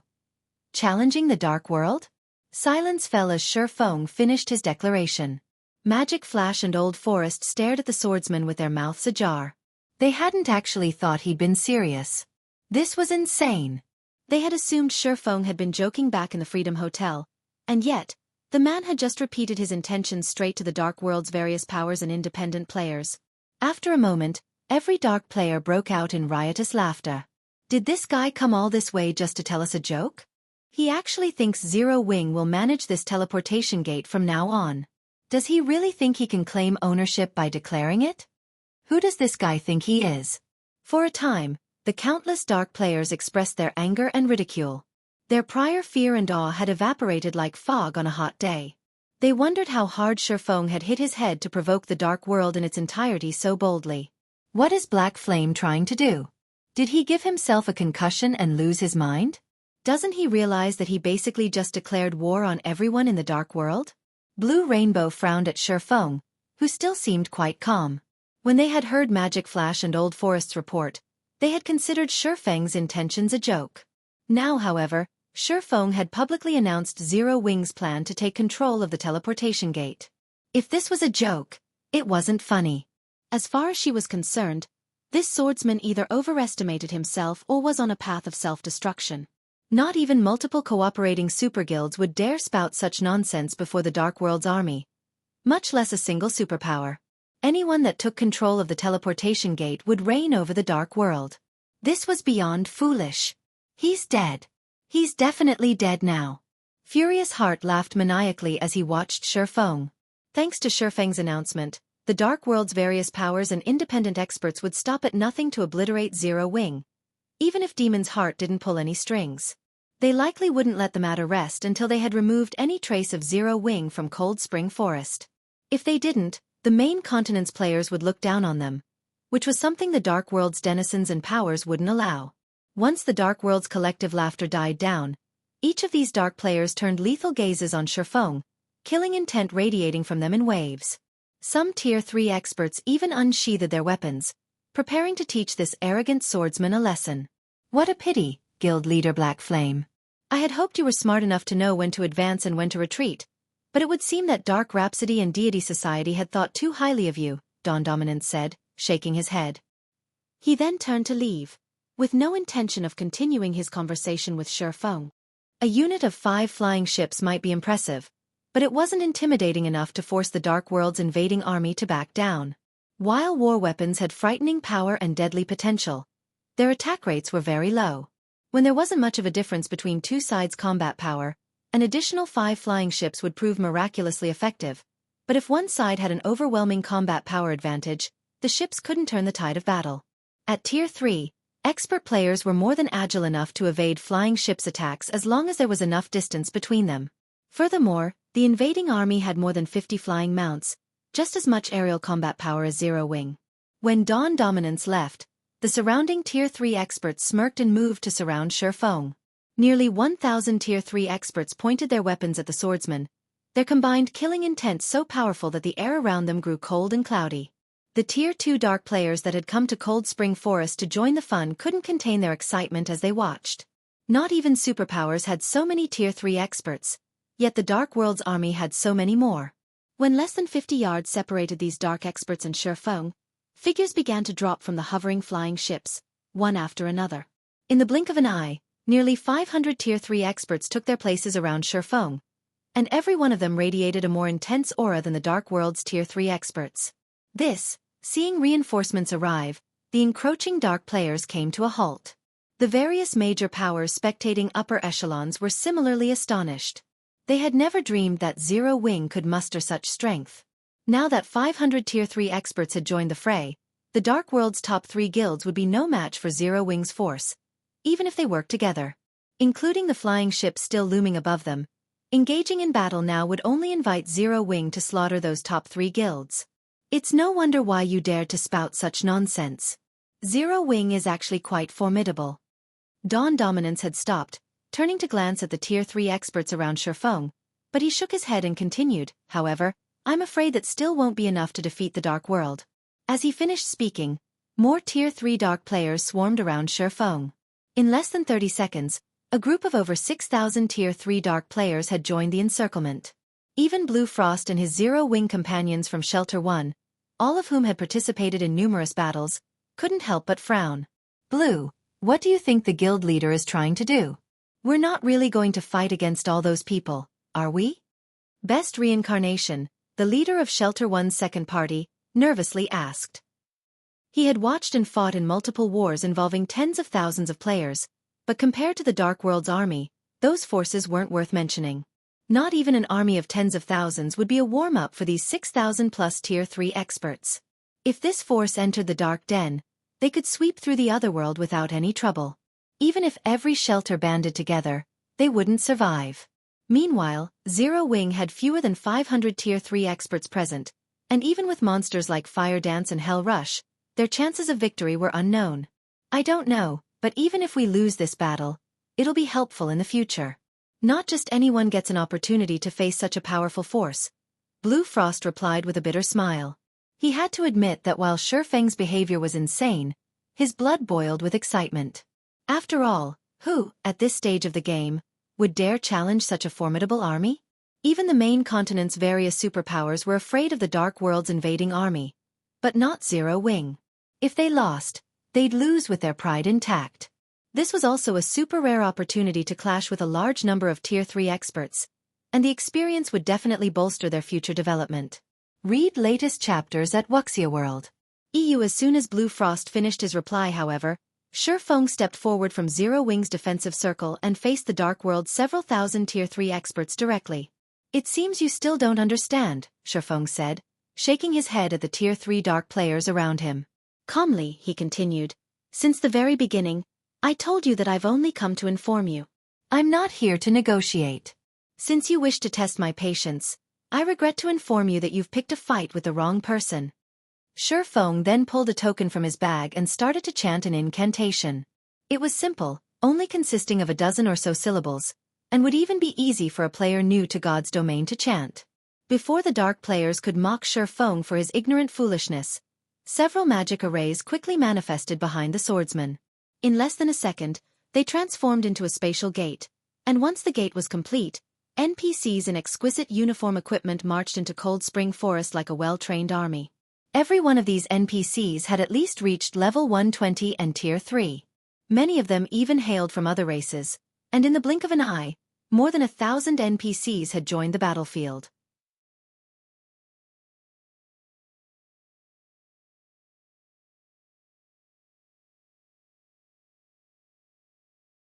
Chapter 2563. Suppressing Everyone. Crazy Zero Wing. When more than 1,000 Tier 3 NPCs appeared behind Xueqi, the Dark Players, Zero Wing's members, and the Hell Legion were stunned. In the various NPC kingdoms and empires, Tier 3 NPCs were considered powerhouses. They could even serve as magistrates in minor cities. And yet, Xueqi had just summoned over 1,000 of these NPCs, including non-human NPCs. It was unbelievable. We already have so many? When Gentle Snow saw Xueqi's night division, surprise colored her features. She had known for a while that Xueqi had invested a ton of coins in developing the guild's night division, but she had assumed they'd need a long time to amass and nurture so many Tier 3 NPCs. During Xueqi's visit to the Western continent, she had felt they'd be lucky enough to gain an additional 200 or 300 Tier 3 knights, but contrary to her expectations, they had several times that. With this many Tier 3 knights, not even taking out an army of more than 10,000 Tier 3 players would be a problem, much less defeating the 6,000 Tier 3 Dark players before them. The reason was very simple. Not only were NPCs' basic attributes far higher than players of the same level and tier, but they also commanded a large number of skills and spells. Their skill and spell completion rates also triumphed over players. Moreover, as God's Domain underwent more system updates, NPCs' intellect and combat standards would improve. At Tier 3, NPCs could already, more or less, rival refinement realm experts, with some surpassing them. This was why even Tier 3 players would receive a one-sided beating if they challenged Tier 3 NPCs. Of course, the biggest difference between the two was NPCs' equipment standards. Acquiring level 100+ fine gold weapons and equipment was currently incredibly difficult for players, but even the weakest of God's Domain's Tier 3 NPCs, at least those not bound to players, wore full sets of dark gold equipment. Most of Zero Wing's Tier 3 knights, on the other hand, wore epic equipment. Even Tier 3 Void Realm experts would have to flee from these knights, let alone Tier 3 Refinement Realm experts. The surrounding 6,000+ Tier 3 Dark players unconsciously began to retreat. The major powers' upper echelons watched on with grim expressions, astonished. None of them had ever thought Zero Wing's strength would be this frightening. When they had learned, throughout their investigations, that Zero Wing had nearly 600 Tier 3 knights, the prospect of dealing with the guild had given them huge headaches. If they wanted to capture Stone Forest City, they knew they'd have to work with the main continent's various superpowers. But not only had they just learned that Zero Wing had 5 Crimson Dragon flying ships, but it also had more than twice the reported Tier 3 knights. Just how were they supposed to fight such a force? Is this why he hadn't hesitated to give away 70% of Cold Spring Forest's resource spots? Realization dawned on Blue Rainbow as she watched Xueqi. She had thought the man was insane for giving up so much of Cold Spring Forest and increasing the competition between his guild and the Dark World's various powers, but looking at it now, it seemed she had been sorely mistaken. With so much combat power, no power or player in the Dark World would dare compete with Zero Wing for the remaining 30% of Cold Spring Forest. On the contrary, Dark Rhapsody and Deity Society would have a much harder time controlling their 70%. Most of the two guilds' influence lay in the Dark World, and outside of it, they had barely any at all. If the Dark World's players were too afraid to take a bite out of Zero Wing's resource spots, it would only be natural that they'd contest with Dark Rhapsody and Deity Society's territory instead. Damn it! How is this possible? Furious Heart felt as if he were going mad as he gazed at the 1,000+ Tier 3 NPCs behind Xueqi. He couldn't fathom how Zero Wing had gotten its hand on so many, and everyone wore excellent equipment too. Against such a force, not even an army of more than 10,000 Tier 3 experts would have an advantage. Moreover, the Tier 3 experts that had joined the invading army belonged to the various guilds and adventurer teams. Commanding them like a proper army would prove very difficult. No one wanted to serve as cannon fodder and die a pointless death.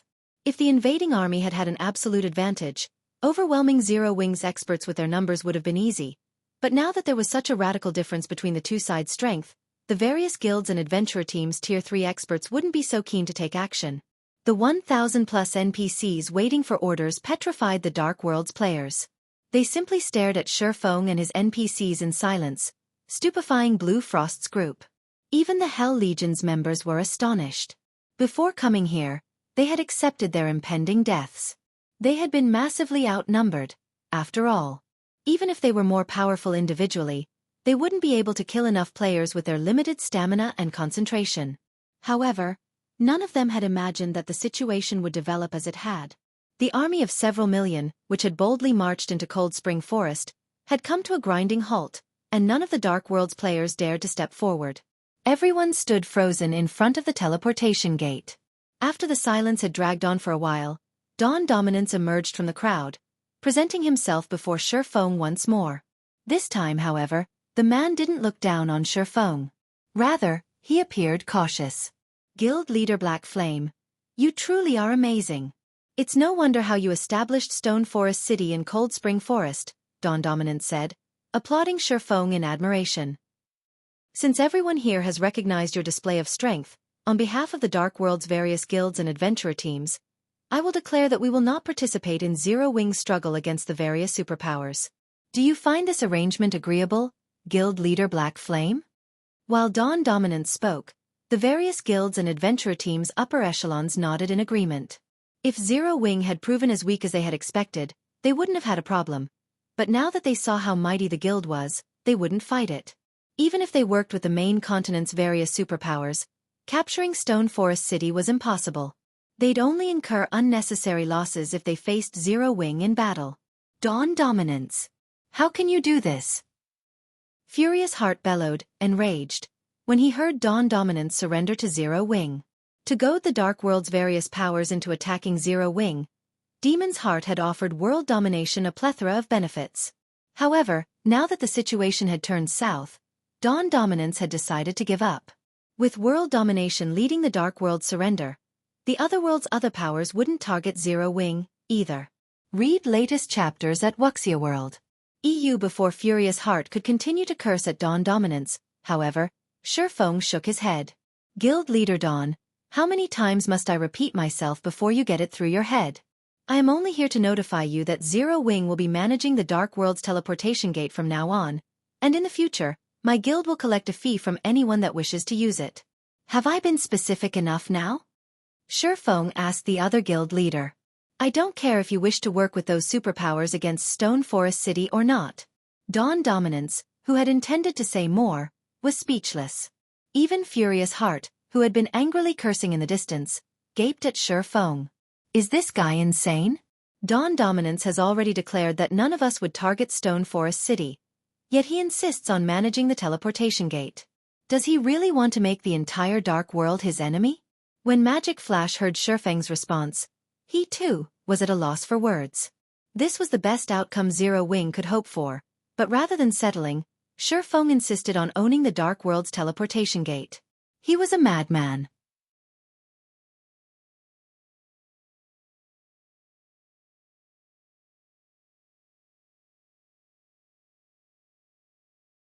Chapter 2564. Crazy? Night Division take action. Does he really plan to start a war with the entire Dark World? Even Furious Heart, who wanted nothing more than Zero Wing and Xueqi's annihilation, was confused by the swordsman's actions. He even wondered if he had misheard the man.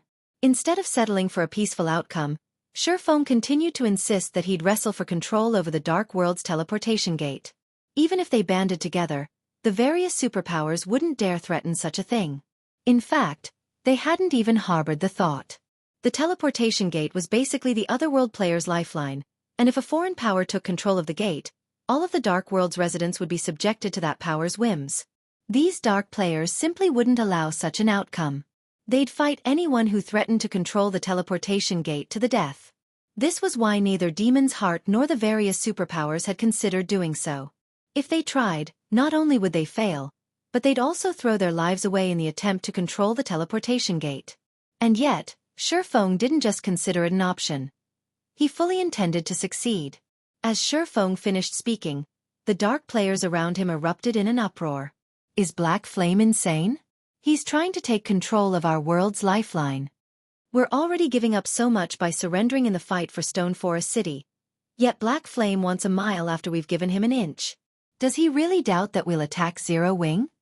The fear the Dark World's various major powers and independent players had felt a moment ago vanished.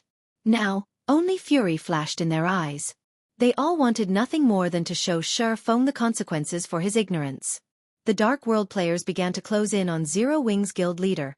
Their Tier 3 experts, who had decided to avoid a fight moments ago, were now more than eager to teach the swordsman a lesson. 7,000. 9,000. 10,000. In less than a minute, more than 20,000 Tier 3 experts had surrounded Xueqi.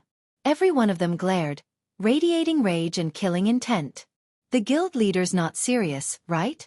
Evening Lotus worriedly asked from beside Blue Frost as she watched more Tier 3 experts gather around them. With the combined strength of Zero Wing's Tier 3 knights, Tier 3 experts, and the Crimson Dragon flying ship, they could, at most, take on 10,000 Tier 3 experts at a time. Any more, and their risk of dying increased substantially. If they had to face all of the Dark World's Tier 3 experts, they'd be finished. Here, they didn't have the protection of Stone Forest City. Moreover, NPCs were far more troublesome to resurrect than players.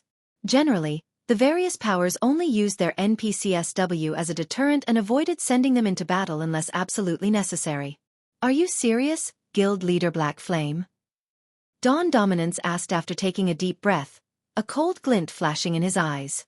While he could ignore the struggle for Stone Forest City, he couldn't ignore Xueqi's declaration to control the teleportation gate as it involved his guild's continued development. Of course. Xueqi confidently replied. He hadn't actually considered taking control of the Dark World's teleportation gate before today, but times had changed.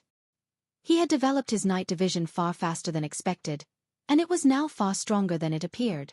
Xueqi wouldn't have been able to do anything about the situation if the teleportation gate had opened anywhere else.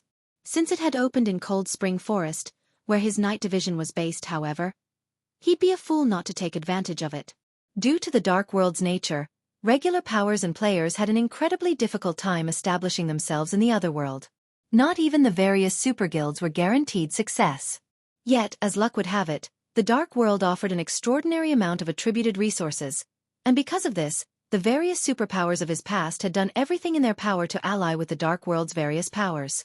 However, even after paying astronomical sums, those superpowers had only acquired a small number of attributed resources to use in crafting weapons and equipment. If he were to let this opportunity slip through his fingers, he wouldn't likely find another. Gah. It seems you've steeled yourself to make the Dark World your enemy, Guild Leader Black Flame. Dawn Dominance said and smiled. Since that is the case, show us what profound move you'll use to stop us. Dawn Dominance's head had begun to ache over surrendering his share of Stone Forest City's benefits. A few thousand Tier 3 experts were certainly no match for Zero Wing's current combat power. He'd need the Dark World's entire strength. Normally, however, persuading his homeworld's major powers and independent powers to dedicate themselves to what was essentially a suicide mission would be impossible. Fortunately, Xueqi had just given him the opening to succeed with an extremely persuasive bargaining chip, the Dark World's very future. This would be more than enough of a reason for the Dark World's masses to combine their strength. Even if Xueqi's group fell back to Stone Forest City, they wouldn't be able to stop the Otherworld's forces. Why are you still wasting time with him, Guild Leader Dawn? That's right. He only has a little over 1,000 Tier 3 NPCs. Even if we die and lose a level, we can recover quickly and rejoin the fight. On the other hand, those NPCs will be gone for good once they're dead. Let's see if Black Flame keeps acting so arrogantly once we've gotten rid of his NPCs. The various powers experts and independent players riled themselves up and charged at Xueqi's group the moment Dawn Dominance finished speaking. Over 20,000 Tier 3 experts and several 100,000 Tier 2 players advanced, their footfalls shaking the entire valley. Despite their bountiful combat experience, the Hell Legion's members grew nervous, watching the incoming force with grim expressions. This battle would be more terrifying than any they had participated in. The Dark World's various powers didn't even prepare any of their trump cards. Relying solely on their numbers, the invading army could intimidate even God's domain's various superpowers. Moreover, some of the Dark players used Tier 3 defensive magic scrolls to cope with potential Tier 4 attacks. This greatly limited how effective the flying ships could be in this fight. Ha ha ha. Dang. So what if you have over 1,000 Tier 3 NPCs and 5 flying ships? None of them can reach their full potential in such a vast plane. Furious Heart excitedly shouted as he watched the Dark players swarm toward Xueqi. Every Dark player participating in the army was an expert. They had long since familiarized themselves with large-scale combat, and knew how to minimize the damage enemy AoE attacks could deal. Furthermore, unlike in a siege, Zero Wings forces didn't have a defensive magic array to hide behind.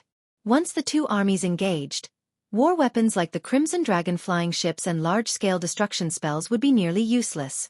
However, Xueqi didn't mobilize his flying ships or instruct his Tier 3 magical class NPCs to cast large-scale destruction spells as everyone had expected. He simply watched the Dark players approach in silence. Have they forgotten how to attack, scared silly?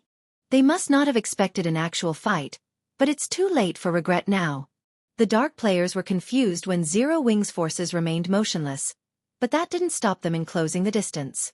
100 yards. 50 yards. 30 yards. Fools! When less than 30 yards separated Xueqi's forces from the Dark players, he swung a hand forward and shouted, "Attack!" Suddenly, over 100 tall brawny oars geared with epic weapons and equipment exploded forth, reaching the enemy's front line in the blink of an eye. They brandished their swords and axes, cutting down the enemy Tier 3 MTs with speed and accuracy. Read latest chapters at Wuxia World. EU skillfully responding to the Oar Knight's assault, the Tier 3 MTs raised their shields, effectively blocking the attacks. After a moment, however, every Dark player was stupefied. The instant the Oar's weapons slammed into the Tier 3 MT's shields, every player that took a hit flew backward as if a giant boulder had slammed into them. From afar, it had looked like the Dark World's army had crashed into an immovable wall. Not only had the army's advance ended in a grinding halt, but bodies flew above the rest of the force as well. Before these players fell to the ground, however, countless magic arrays appeared above, bombarding them with another series of attacks. The casters exhibited astounding control with their spells, and the spells themselves were unbelievably powerful. Every attack had as much power as level 110 mythic monsters. Despite their defensive spells protection, the targeted players lost every last HP in no time at all. Over 1,000 Tier 3 players and several Tier 3 players had died in less than a second, leaving nothing but empty space among the tide of Dark players. The Dark World's denizens hadn't even had a chance to retaliate.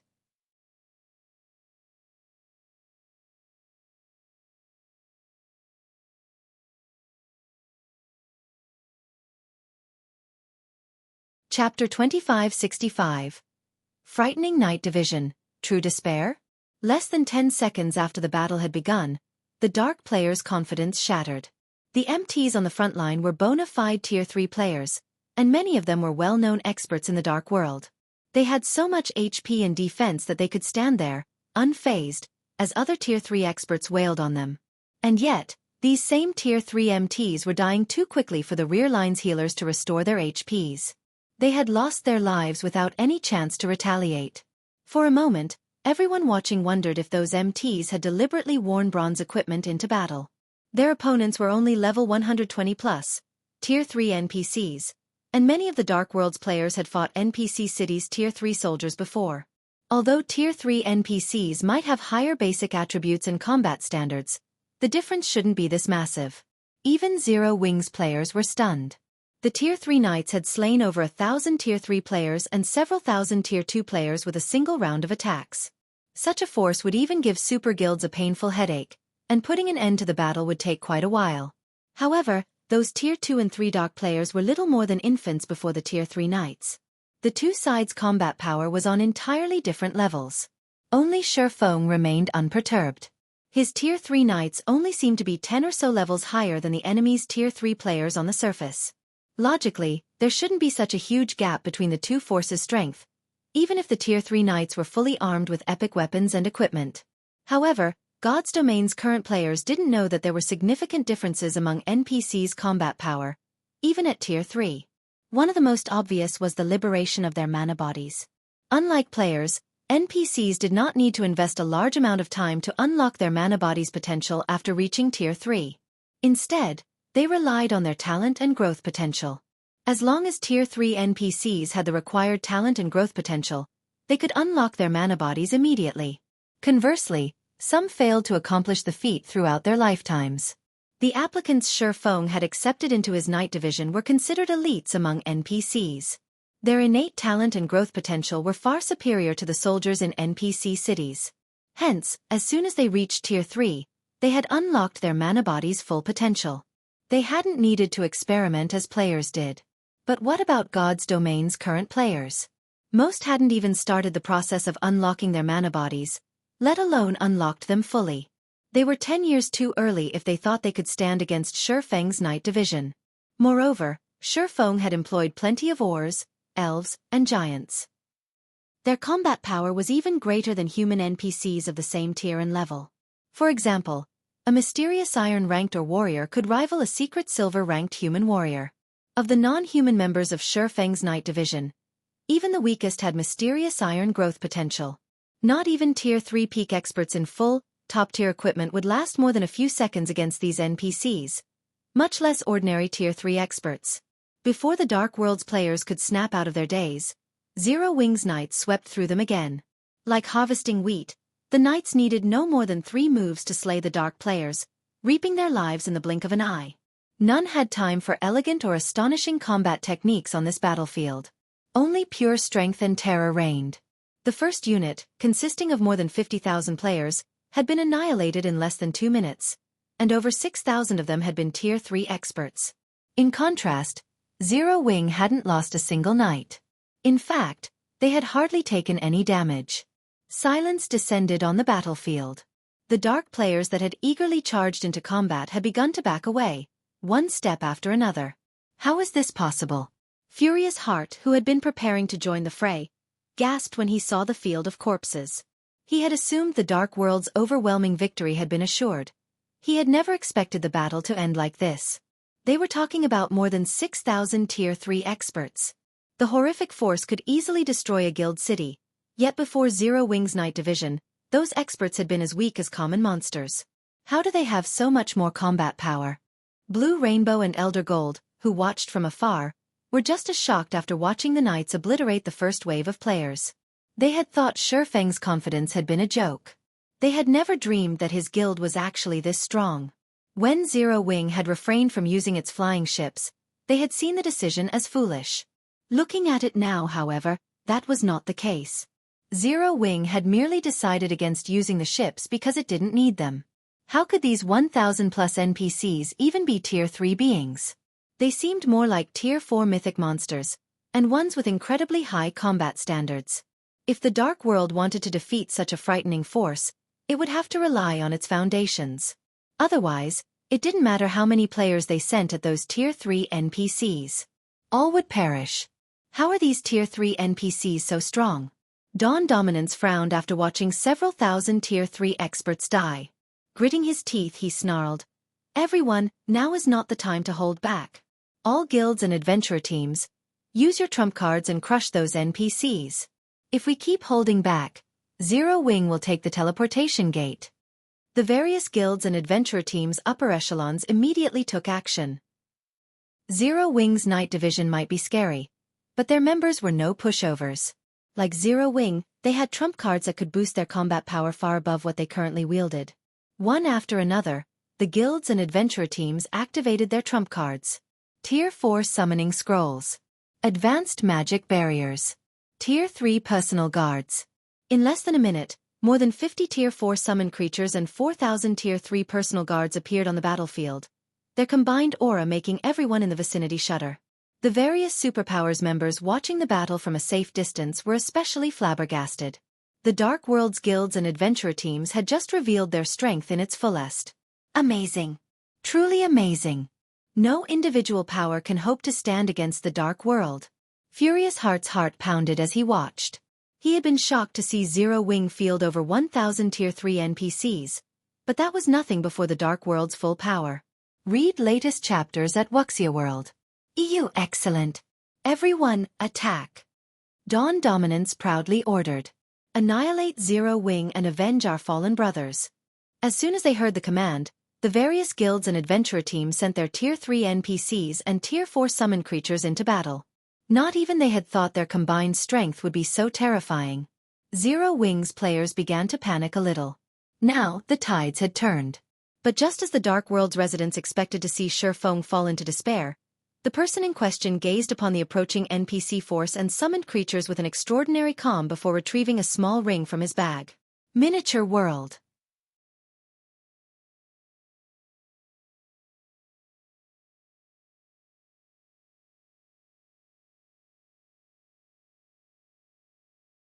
Chapter 2566. Mouths ajar. Seeing Xueqi step forward and chant an incantation, Blue Rainbow and Elder Gold were stunned. He still wants to fight? Confusion changed Blue Rainbow's expression when Xueqi showed no intention of retreating. The difference between their combat power was clear for all to see. The Dark World's invading army was far too strong for any individual power to stop. Based on Xueqi's behavior, however, he intended to stay in this fight. Blue Rainbow struggled to understand. During its investigations, Dark Rhapsody had obtained quite a bit of detailed information on Zero Wing from the main continent superpowers and knew the guild had a plethora of astounding trump cards. The Ring of Gospel, a domain treasure, was one of them. When activated on a large battlefield, it had proven miraculously effective. Not only did the Ring of Gospel have large AoE skills, but they were also considerably powerful. However, the ring's effects on this battlefield would be very limited. Zero Wing currently faced Tier 3 personal guards and Tier 4 summoned creatures. After all, they had incredible resistance to suppression effects. Moreover, more than 50 Tier 4 summoned creatures had joined the fight. Even if the Ring of Gospel could suppress them, a measly 1,000 plus Tier 3 NPCs wouldn't be enough to stop them. The invading army also had over 3,000 Tier 3 personal guards to support it. Even Graceful Monarch and Purple Rakshasa, who watched from a hidden location, were confused. What is Black Flame trying to do? Is he going for broke? They had only come to get a glimpse of the Dark World's strength. They had never dreamed that they'd witness a large-scale war between Zero Wing and the Otherworld. They had been unprecedentedly shocked after seeing Zero Wing's combat power. No one had expected the guild to have the strength to stand up to a force that included every expert from an entire Otherworld. Moreover, Zero Wing had even successfully deterred the Dark World's experts. The guild's strength was unbelievable.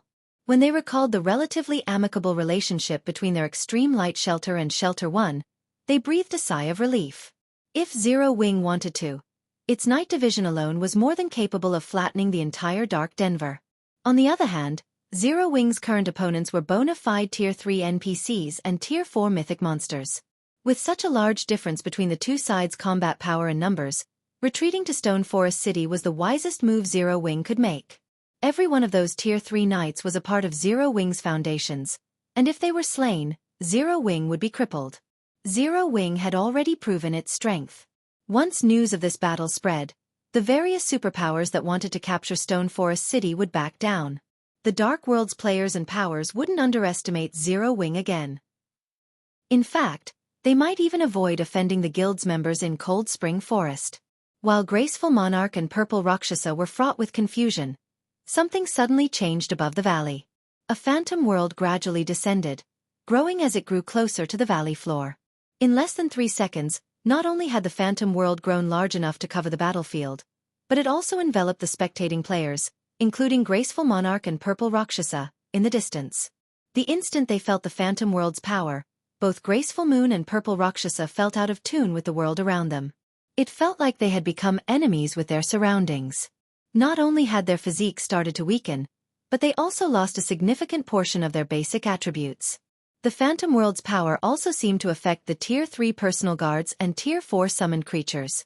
They had slowed considerably, and their auras even seemed significantly weaker. What did he do? Blue Rainbow gaped, shocked when she realized how much the Tier 3 NPCs and Tier 4 monsters had been suppressed.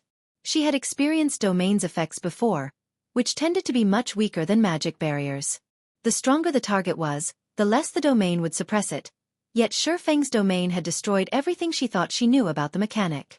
Normally, not even intermediate magic arrays could suppress Tier 4 monsters to this extent, but within Xueqi's domain, their auras had weakened considerably. This domain could practically rival advanced magic barriers, and it was so massive that it covered the entire valley. She had never heard of such a powerful domain. Before anyone could react, however, Xueqi began another incantation. Ring of Brilliance. When he finished his chant, A light rippled across the battlefield, stunning every dark player in the area. Crap! This is cheating!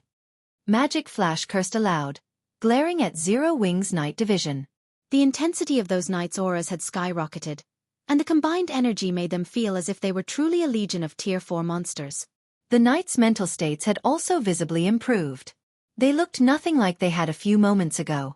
The sudden development caused an uproar among the various guilds and adventurer teams' upper echelons, who commanded the Tier 3 personal guards and Tier 4 summon creatures, and they halted their advance, exchanging looks. A deathly silence had fallen over the Dark World's invading army, and the passion and killing intent they had radiated was nowhere to be seen. "Do you wish to continue this fight?" Xueqi calmly asked after sweeping his gaze over the dark players before him. This time, not one dark player dared to speak up. They simply stared back with angry, reluctant looks. Fight. More like suicide. Determined, they had revealed every trump card they had previously hidden, and yet, thanks to the Ring of Gospel's 2 skills, they hadn't even shortened the gap between their strength and Zero Wings. Rather, it had only grown. Read latest chapters at Wuxia World. EU. Since no one responded to his question, Xueqi turned to Dawn Dominance, who still succumbed to his shock. Guild Leader Dawn, since you can speak on behalf of the Dark World, may I know if you wish to continue this battle? Xueqi asked, smiling at the robust man. Dawn Dominance's countenance turned ashen when he heard the question, and he was at a complete loss for words. If he chose to fight, he'd be sacrificing himself and his guild to oblivion. He had dispatched every Tier 3 personal guard world domination owned for the sake of driving the other guilds and adventurer teams into action. If just one of those NPCs died, his guild would suffer a huge blow. If they all died, world domination wouldn't survive. However, nothing would remain of world domination's hard-won prestige in the Dark World if he admitted defeat. You're tuning in to the Xueqi's Martial Arts Saga YouTube channel. Don't forget to subscribe and join us on this journey to catch the most captivating stories.